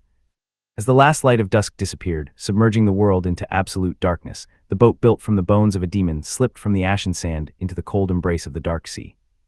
Following Sunny's instructions, Cassie aimed her staff and activated its enchantment, causing a strong gale to fill their modest sail. At first, the boat moved slowly, the mast creaking under pressure, but Changing Star's craftsmanship was meticulous and reliable. The demon's spine held, and little by little, the small vessel began to gain speed. Sunny sat at the stern, controlling the steering oar. In front of them, an endless expanse of black water stretched to the horizon, hiding indescribable horrors in its depths. Behind them, the terrifying soul-devouring tree was slowly growing smaller. Sunny stared at it, feeling a deep sense of regret grip his heart. He wished that he was powerful enough to destroy it. Leaving just like that, without exacting revenge on the ancient monster, filled him with anger. Well, at least he left it a present. Back at the Ashen Barrow, a candle was burning in a small alcove of stones that protected its flame from wind. Near the candle, a tall pile of dry, fallen leaves was towering over the alcove. It had taken Sunny a long time to gather that pile. He had scoured most of the island, hoping to make it as tall as possible. He had also mixed dry seaweed and the remaining fat of the carapace demon into the leaves. Some time later, the small candle was nearing the end of its life. Most of the wax had already melted, turning it even smaller. Just as the flame was about to go out, it ignited the leaves. After a few seconds, a massive, searing bonfire ignited in the middle of the island, illuminating the scarlet leaves of the evil tree. Almost instantly, the black waters surrounding the island surged with movement. Sunny was already too far away to see any of it. He didn't know if the creatures of the dark sea would be able to obliterate the soul devourer. He strongly doubted that the ancient fiend was that easy to destroy. However, with the carapace demon dead and the 3 humans meant to replace him gone, there was no one on the island to protect the gluttonous tree. Perhaps it would be seriously harmed at least. For now, it was the best he could do. Looking back in the direction of the Ashen Barrow, Sunny gritted his teeth and thought, "One day I will become powerful enough to destroy that tree, these monsters, and anyone else who would dare to stand in my way. One day I will become powerful enough to never be afraid again of anyone or anything. Instead, all of them will fear me." He didn't notice that just as he was thinking these words, Cassie suddenly raised her head and turned in his direction. On her face, a dark expression appeared, soon erased by uncertainty and doubt. Chapter 92, Journey into the Night in the Absolute Darkness. A small vessel was gliding on the black surface of a restless sea. Its mast, made of a demon's spine, was straining under the assault of the winds. In the eerie silence of this vast and lightless void, the swift boat cut through the waves like a blade. No sounds could be heard except for the creaking of bones and the crashing of water against its polished metal hull. Sunny sat at the oar, steering the carapace vessel. He was guiding them west. With no moon or stars to show them the path, it was hard to keep the boat on course. But there was a mark left in his mind by the cold and menacing shadow of the Crimson Spire. Using it as a compass, he was able to navigate the treacherous waters without losing his way. Black skies above, dark sea beneath. With nothing but a thin layer of steel separating them from the tenebrous abyss, they sailed through the night. Below them, countless horrors were hiding in the cursed depths. Several times, Sunny felt gargantuan shadows moving close to the small boat, attracted by the sound of its passing. Powerless to do anything, he had no choice but to tremble in silence, praying that the terrible creatures would turn away. So far, luck was on their side. Perhaps they were too small and feeble to satiate the hunger of these ancient leviathans. A few hours after the start of the voyage, Sunny felt that the constant pull on his mind had begun to wane. His thoughts were slowly becoming clearer, the haze of forgetfulness weakening with each minute. Soon, a ghostly sound of shattering glass resounded in his head. Instantly, the last remnants of the fog that was clouding his consciousness disappeared. He was free from the enthrallment of the soul devourer. Relieved, Sunny couldn't help but smile. However, his smile was weak and hesitant. With the effects of the mind hex gone, his usual sharpness had returned. It felt as though an invisible weight had been lifted, allowing his thoughts to finally flow unobstructed once again. Everything became clearer, as though the whole world suddenly came into focus. It was a wonderful feeling, but with it came a better understanding of how terrifying and precarious their current situation was. They were quite literally balancing on the edge of a hungry abyss, their lives relying on nothing but capricious fortune. The decision to venture into the dark expanse of the cursed sea on a makeshift boat was pure insanity. But then again, there was nothing sane about the forgotten shore to begin with. In this desolate hell, the craziest choice was sometimes the best one you had. Gritting his teeth, Sonny held the oar and stared into the darkness. A few minutes later, Cassie suddenly shifted, making the boat gently sway. She handed the magical staff to Nephis and cautiously moved closer to Sonny, feeling her way through the darkness with her hands. Before Sonny could guess what was it that she wanted from him, he was suddenly caught in a tight embrace. The blind girl hid her face in his chest, hot tears streaming down her face. Sonny froze, stunned and having no idea what to do. He could feel Cassie's body pressed against him and shaking from crying, her hands tightly wrapped around his neck. While he was trying to comprehend the situation, she quietly whispered, "Thank you, thank you." Feeling extremely awkward, Sonny pretended to clear his throat. No need to thank me. If it wasn't for your warning, we would still be stuck on that island, so we're even." Then he raised his hand and awkwardly patted her on the back. Both of them were careful to keep their voices as quiet as possible, afraid that they will attract something from the black depths. Cassie silently cried for several minutes, then finally let go of him. Wiping her face, she pulled her body away and whispered, "I'm sorry." Her voice sounded a bit strange. Confused, Sonny raised his eyebrows. "What is she apologizing for?" I'm sorry too, for grabbing you back then." She smiled and, wiping the last tear from her face, turned away to move back to the middle of the boat. Sonny was left alone once again. With nothing to do except for holding the steering oar, he let his thoughts wander. With his mind clear again, many things were worth revisiting. He had to distract himself from the eerie pressure of the endless dark emptiness somehow anyway. Despite the fact that their experience with the Soul Devourer was nothing short of harrowing, Sonny had somehow managed to end up considerably better off on the other end of it. His haul this time was truly unbelievable. He had received an amazing new weapon, no less than 100 shadow fragments, and 2 new attributes. Spark of Divinity was a real improvement over its previous version. The ability to perceive the inner structure of memories alone opened a whole new horizon of possibilities. However, he was more interested in the mysterious blood weave. Somehow, Sonny felt that he had severely underestimated the uniqueness and importance of that attribute. Its origins, too, were covered in a veil of secrets. Who was that weaver whose ichor he had consumed? Who were the unknown that even the spell was reluctant to mention? What was their connection to the gods? Why were the type and rank of the initial memory he had received from the vile thieving bird's spawn left empty? How was it even possible for a memory to give an awakened new attributes? That last question guided him to think of something else. Glancing up, he stared at Nephis and tried to recollect their conversation. Looking back, she had revealed a lot of things that he had failed to notice in the moment. First of all, Sonny now knew that Cassie's enchanted armor, which had been given to her by Changing Star, was an awakened memory of the 6th tier. That meant that it came from an awakened terror, a nightmare creature 1 class above Mountain King that he himself had killed in his first nightmare. The secret of how Changing Star had managed to earn her true name was now 1 step closer to being revealed. Chapter 93, Blackwater. Apparently, as far as accomplishing the impossible went, Nephis had outdone even Sonny. An aspirant triumphing over an awakened tyrant was already unbelievable enough, but killing an awakened terror gave the word unbelievable a whole new meaning. No wonder her aspect ability is so versatile. Now he was almost sure that Changing Star's aspect was of the divine rank, just like his. That would explain why she was able to both heal and destroy with her strange and formidable powers, a combination as rare as his own shadow control. What's the probability of 2 sleepers with divine aspects ending up so close to each other in the dream realm? Close to 0. It seemed like the unpredictable fated attribute had twisted the strings of fate once again. Sonny felt shivers running down his spine.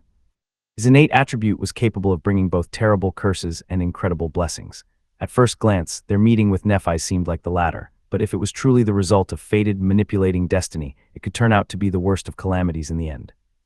After all, one of the possible meanings of her true name was Star of Ruin.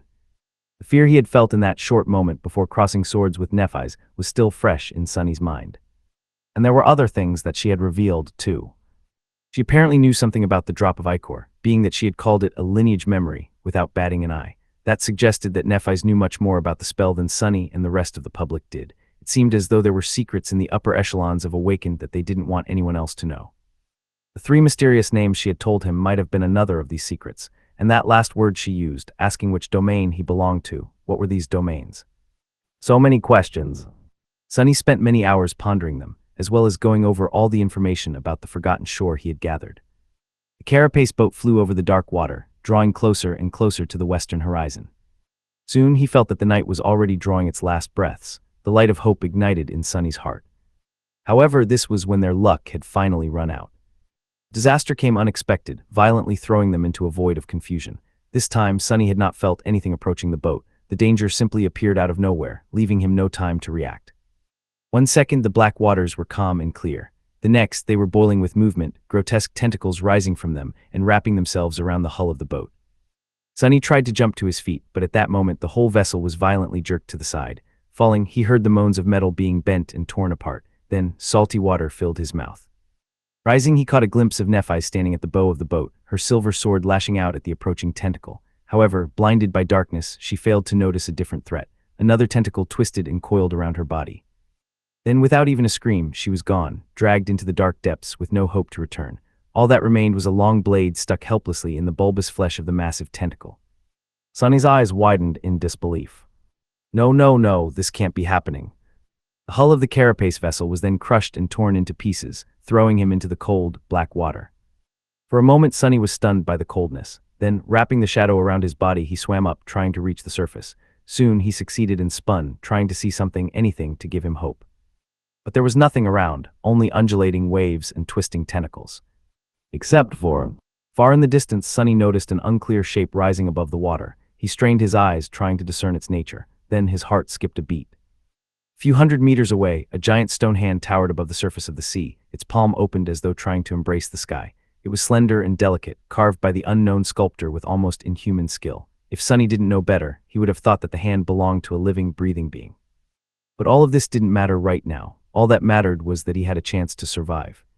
Straining every muscle in his body, Sonny dodged a twisting tentacle and swam toward the hand, moving as fast as he could. But then he suddenly stopped and looked back. Misshapen pieces of metal and bone, all that remained of their boat, were floating on the surface of the dark sea. He had seen Neph being pulled under the water by the tentacles of the unknown creature, but Cassie, clad in her enchanted attention-repelling tunic, had a chance to escape. He couldn't just leave without at least trying to find her. Lord, can I? Dark thought appeared in Sonny's mind. After all, his own survival was the only thing that really mattered. Everything else was just a distraction. Why don't you think about yourself for a second? Are you really going to risk your precious life on the off chance that this helpless girl is still alive? He hesitated. Admit it, she is nothing but a burden. You always knew that one day she was going to drag you down. Yes, he did, but what? You're going to die, fool. Turn around and flee now. Why was he even hesitating? This was his chance to escape. His only chance, perhaps. He had to survive. Feeling an almost unbearable feeling of regret filling his chest, Sonny slowly inhaled. Then he gritted his teeth and dove down, heading back to the spot where their boat had been destroyed. What are you doing? Have you lost your mind? He couldn't see in the black water, but his shadow sense was still somewhat effective. He had a chance to feel Cassie's presence, at least if she wasn't already dead and dragged to the bottom of this cursed abyss. You fool, how is she worth it? Why are you doing this? Grimacing, he forced his annoying inner voice to shut up. In his mind, the answer was clear. Because I want to. Chapter 94, Battle in the Depths because he wanted to. For once, Sonny's heart wasn't full of fear and despair. Instead, it was filled with defiant indignation. He was tired of bending under the pressure of the world, furtively clutching to the tiniest glimmers of hope, always afraid, always willing to do anything, abandon anything, just to survive for another day. It wasn't enough anymore. He wanted to make the world bend to his wishes instead. He wanted to live like a human being instead of an animal. In these past months, Sonny had changed without even noticing. Somehow he had grown unsatisfied with his previous way of life, one where his sole goal of survival at all cost overshadowed everything else. Whether he lives or dies had always been the only thing that mattered, but now, how he lived mattered more. What was the point of having no master if he lived like a slave? Gritting his teeth, Sonny dove into the dark abyss. Cold water embraced him like a burial shroud. He couldn't see in this cursed blackness, relying only on his shadow sense for guidance. Salt sipped into the bite marks on his hands and the cut on his neck, making them burn. Not paying the agony any attention, Sonny used his considerable strength to propel himself deeper and deeper into the darkness. He could feel the giant tentacles moving in the water around him, pulling the pieces of the carapace boat into the gargantuan maw that was hiding somewhere far below. Once or twice, he had to desperately twist his body to avoid being touched by one of them. But still no sign of Cassie. His lungs were starting to burn. Sonny dove deeper. At this depth, the water pressure was starting to affect his movements, making each stroke feel heavier. Even with his body enhanced by the shadow, there was a limit to how much it could withstand. Sonny suspected that without the blood weave, he would have suffocated a long time ago. What's worse, he felt as though he was getting closer and closer to the actual body of the unknown horror that had destroyed their vessel. He still couldn't sense its massive shape, but judging by the girth of the tentacles that surrounded him, the monster couldn't have been far. And then Sonny finally noticed something. A short distance away from him, a small shadow was struggling against a much larger and ferocious one. Cassie. Gathering all his strength, Sonny swam toward the blind girl with as much speed as he could muster. As he drew near, he could discern the details of what was happening. Cassie was being pulled down, a smaller tentacle coiled around her body. She was still struggling, trying to get free, but her movements were growing weaker with each second. She was suffocating. Filled with fury, Sonny propelled himself forward and grabbed onto the tentacle, feeling slippery flesh throbbing in his grip. If he had any choice, he would have avoided touching that thing at all costs, but fighting underwater was tricky. If he wanted to deliver any sort of a powerful blow, he had to find some form of support first. Summoning the Midnight Shard, Sonny strained every muscle in his body and slashed across the tentacle, right below the point where it was coiled around Cassie's lower torso. He knew that he wouldn't be able to do any serious harm with that strike, which was slowed down to a crawl by the burdensome resistance of the black water. However, his amazing sword was still sharp enough to cut into the fleshy tentacle, causing a cloud of dark blood to gush out of the wound. The tentacle furiously twitched and shot sideways, as though trying to shake the attacker off. Flying through the darkness, Sonny held on for dear life and moved his blade upward, slicing the spongy flesh apart. He never hoped to chop the tentacle off with one strike. No amount of strength would have allowed that to happen. Luckily, swords were able to pierce, slash, and cut. Pushing the blade, Sonny cut deep into the tentacle. When the Tsuba was about to touch the wound, he changed his grip and pulled the takai down. Monster's flesh spread apart under the razor-sharp blade, barely offering any resistance. A torrent of blood surged out, and with the last push, the tentacle was completely severed. Sonny was finally able to turn his attention to Cassie to see how she was doing.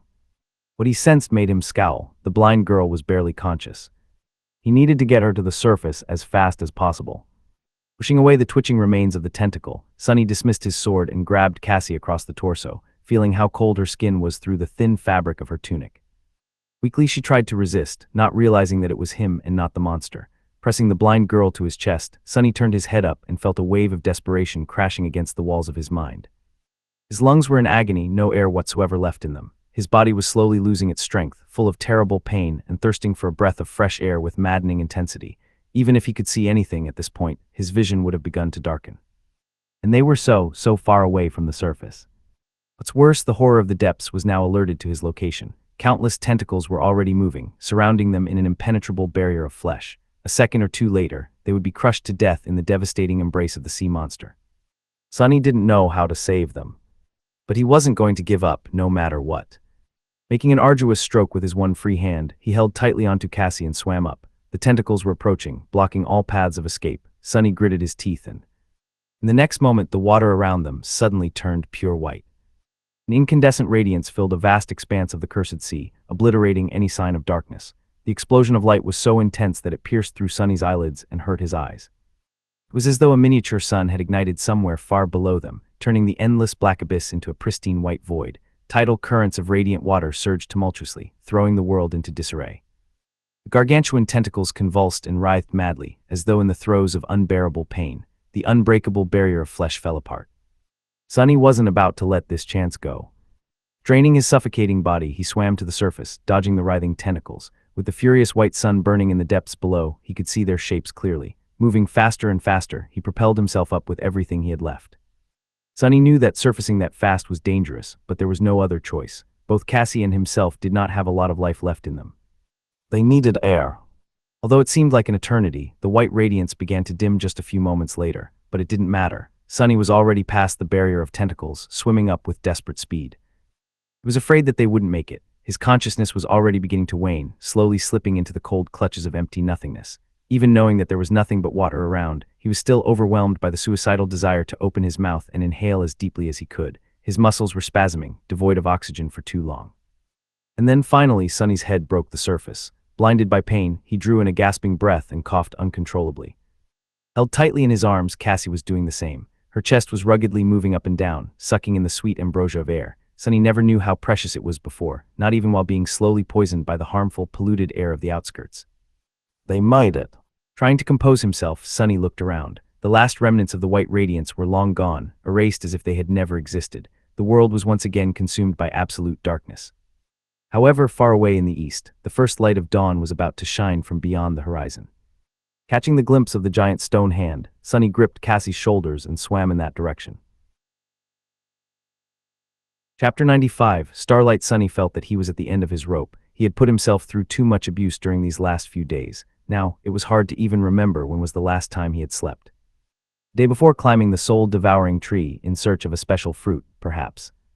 Since then he had lived through the harrowing torture of the blood-weave transformation, spent countless hours on the verge of mental collapse to resist the effects of the enthrallment, mangled his hands to stay lucid, guided the boat through the terrors of the dark sea in absolute darkness, saw it being destroyed by the horrid dweller of the deep, and gave battle to that monster in the cold black depths, almost drowning as the result.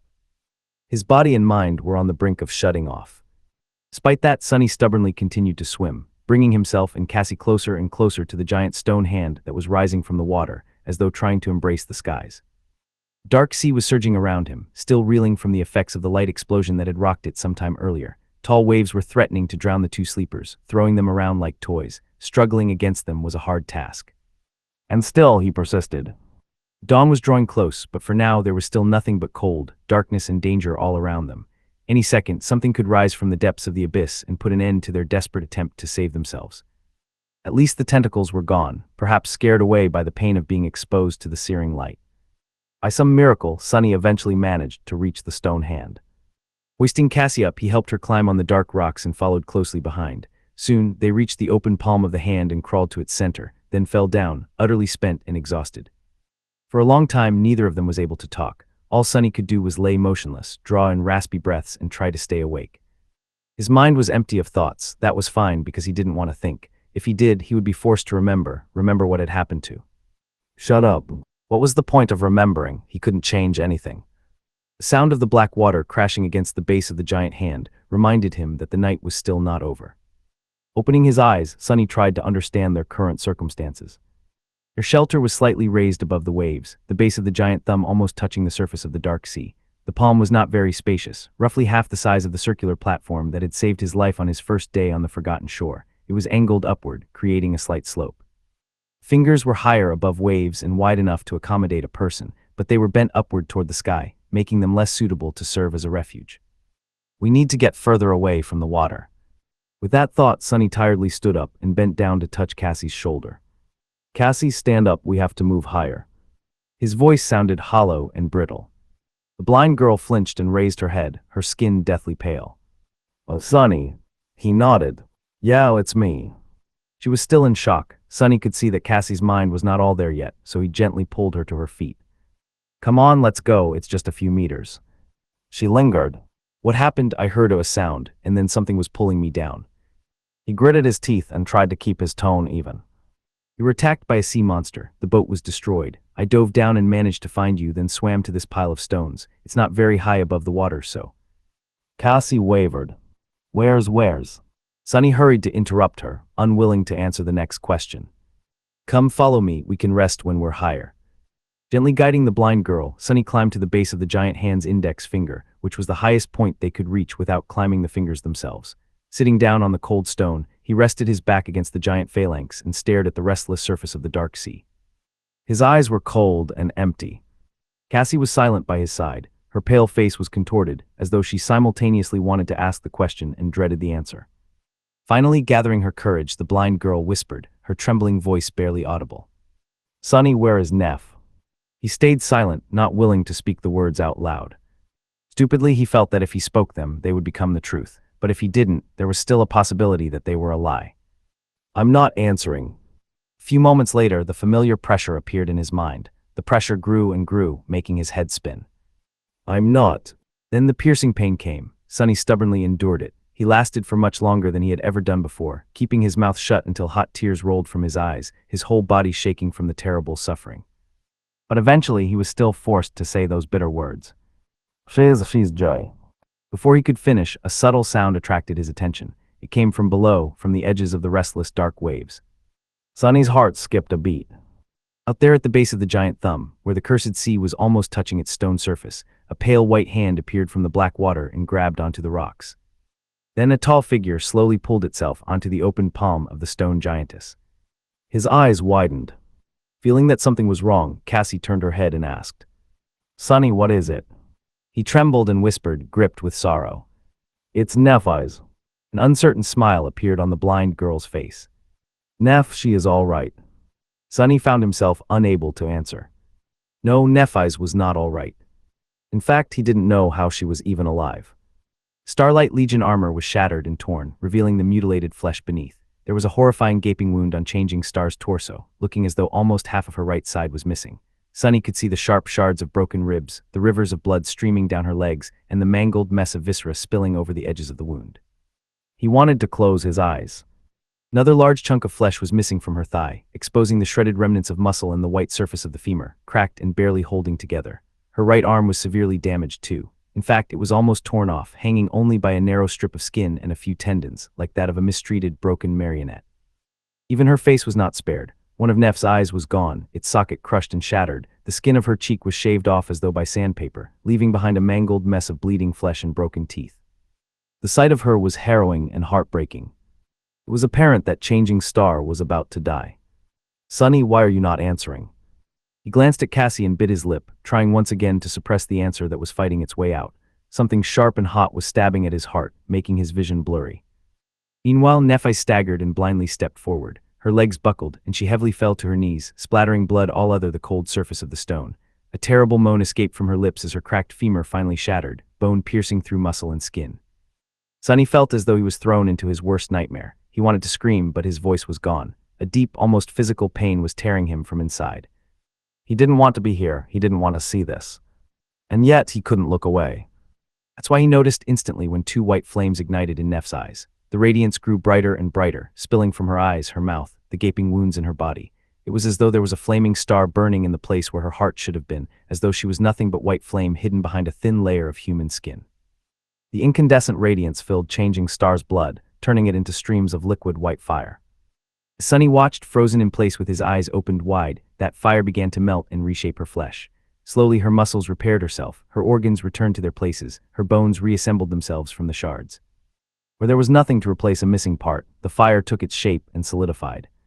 With a terrible scream, Nephis grasped her almost severed arm and tore it away, then pressed it to the stump that was bleeding with white flame. Soon, the mangled halves melted together, becoming whole again. Shocked, he saw every terrible wound on her body heal, washed in the purifying fire. Soon there was nothing but pristine white skin, showing through the wide gaps in the shattered armor. Nephis raised her head, looking at them but not seeing anything. There was no recognition in her gaze, all understanding destroyed by the cruel crucible of the sacred fire.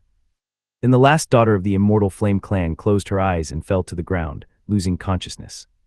Finally, the first rays of sunshine appeared from beyond the eastern horizon. The dawn was coming. In the end, Nephis had remained unconscious for an entire 2 days. On the third day, she finally opened her eyes and slowly rose, looking around with subtle confusion. Her face, as usual, was calm and indifferent. However, she did flinch a little when her gaze fell on Sonny, who was sitting at the top of the giant hand's index finger and grinning from ear to ear at her. Frowning, Changing Star looked herself over, noticing the embarrassing gaps in her armor, and said, "Why are you smiling?" Sonny gave her a mischievous wink and shrugged. "Look behind you." Lingering for a few seconds, Neff sighed and turned around, wondering what is it that he wanted her to see. Behind her, a dark expanse of land was rising above the slope of the colossal crater. And on it, a tall city wall built of gray polished stone was towering over the giant chasm of the abyss. It looked ancient but still impenetrable, able to withstand the crushing pressure of the dark sea for 1,000 more years. They've made it.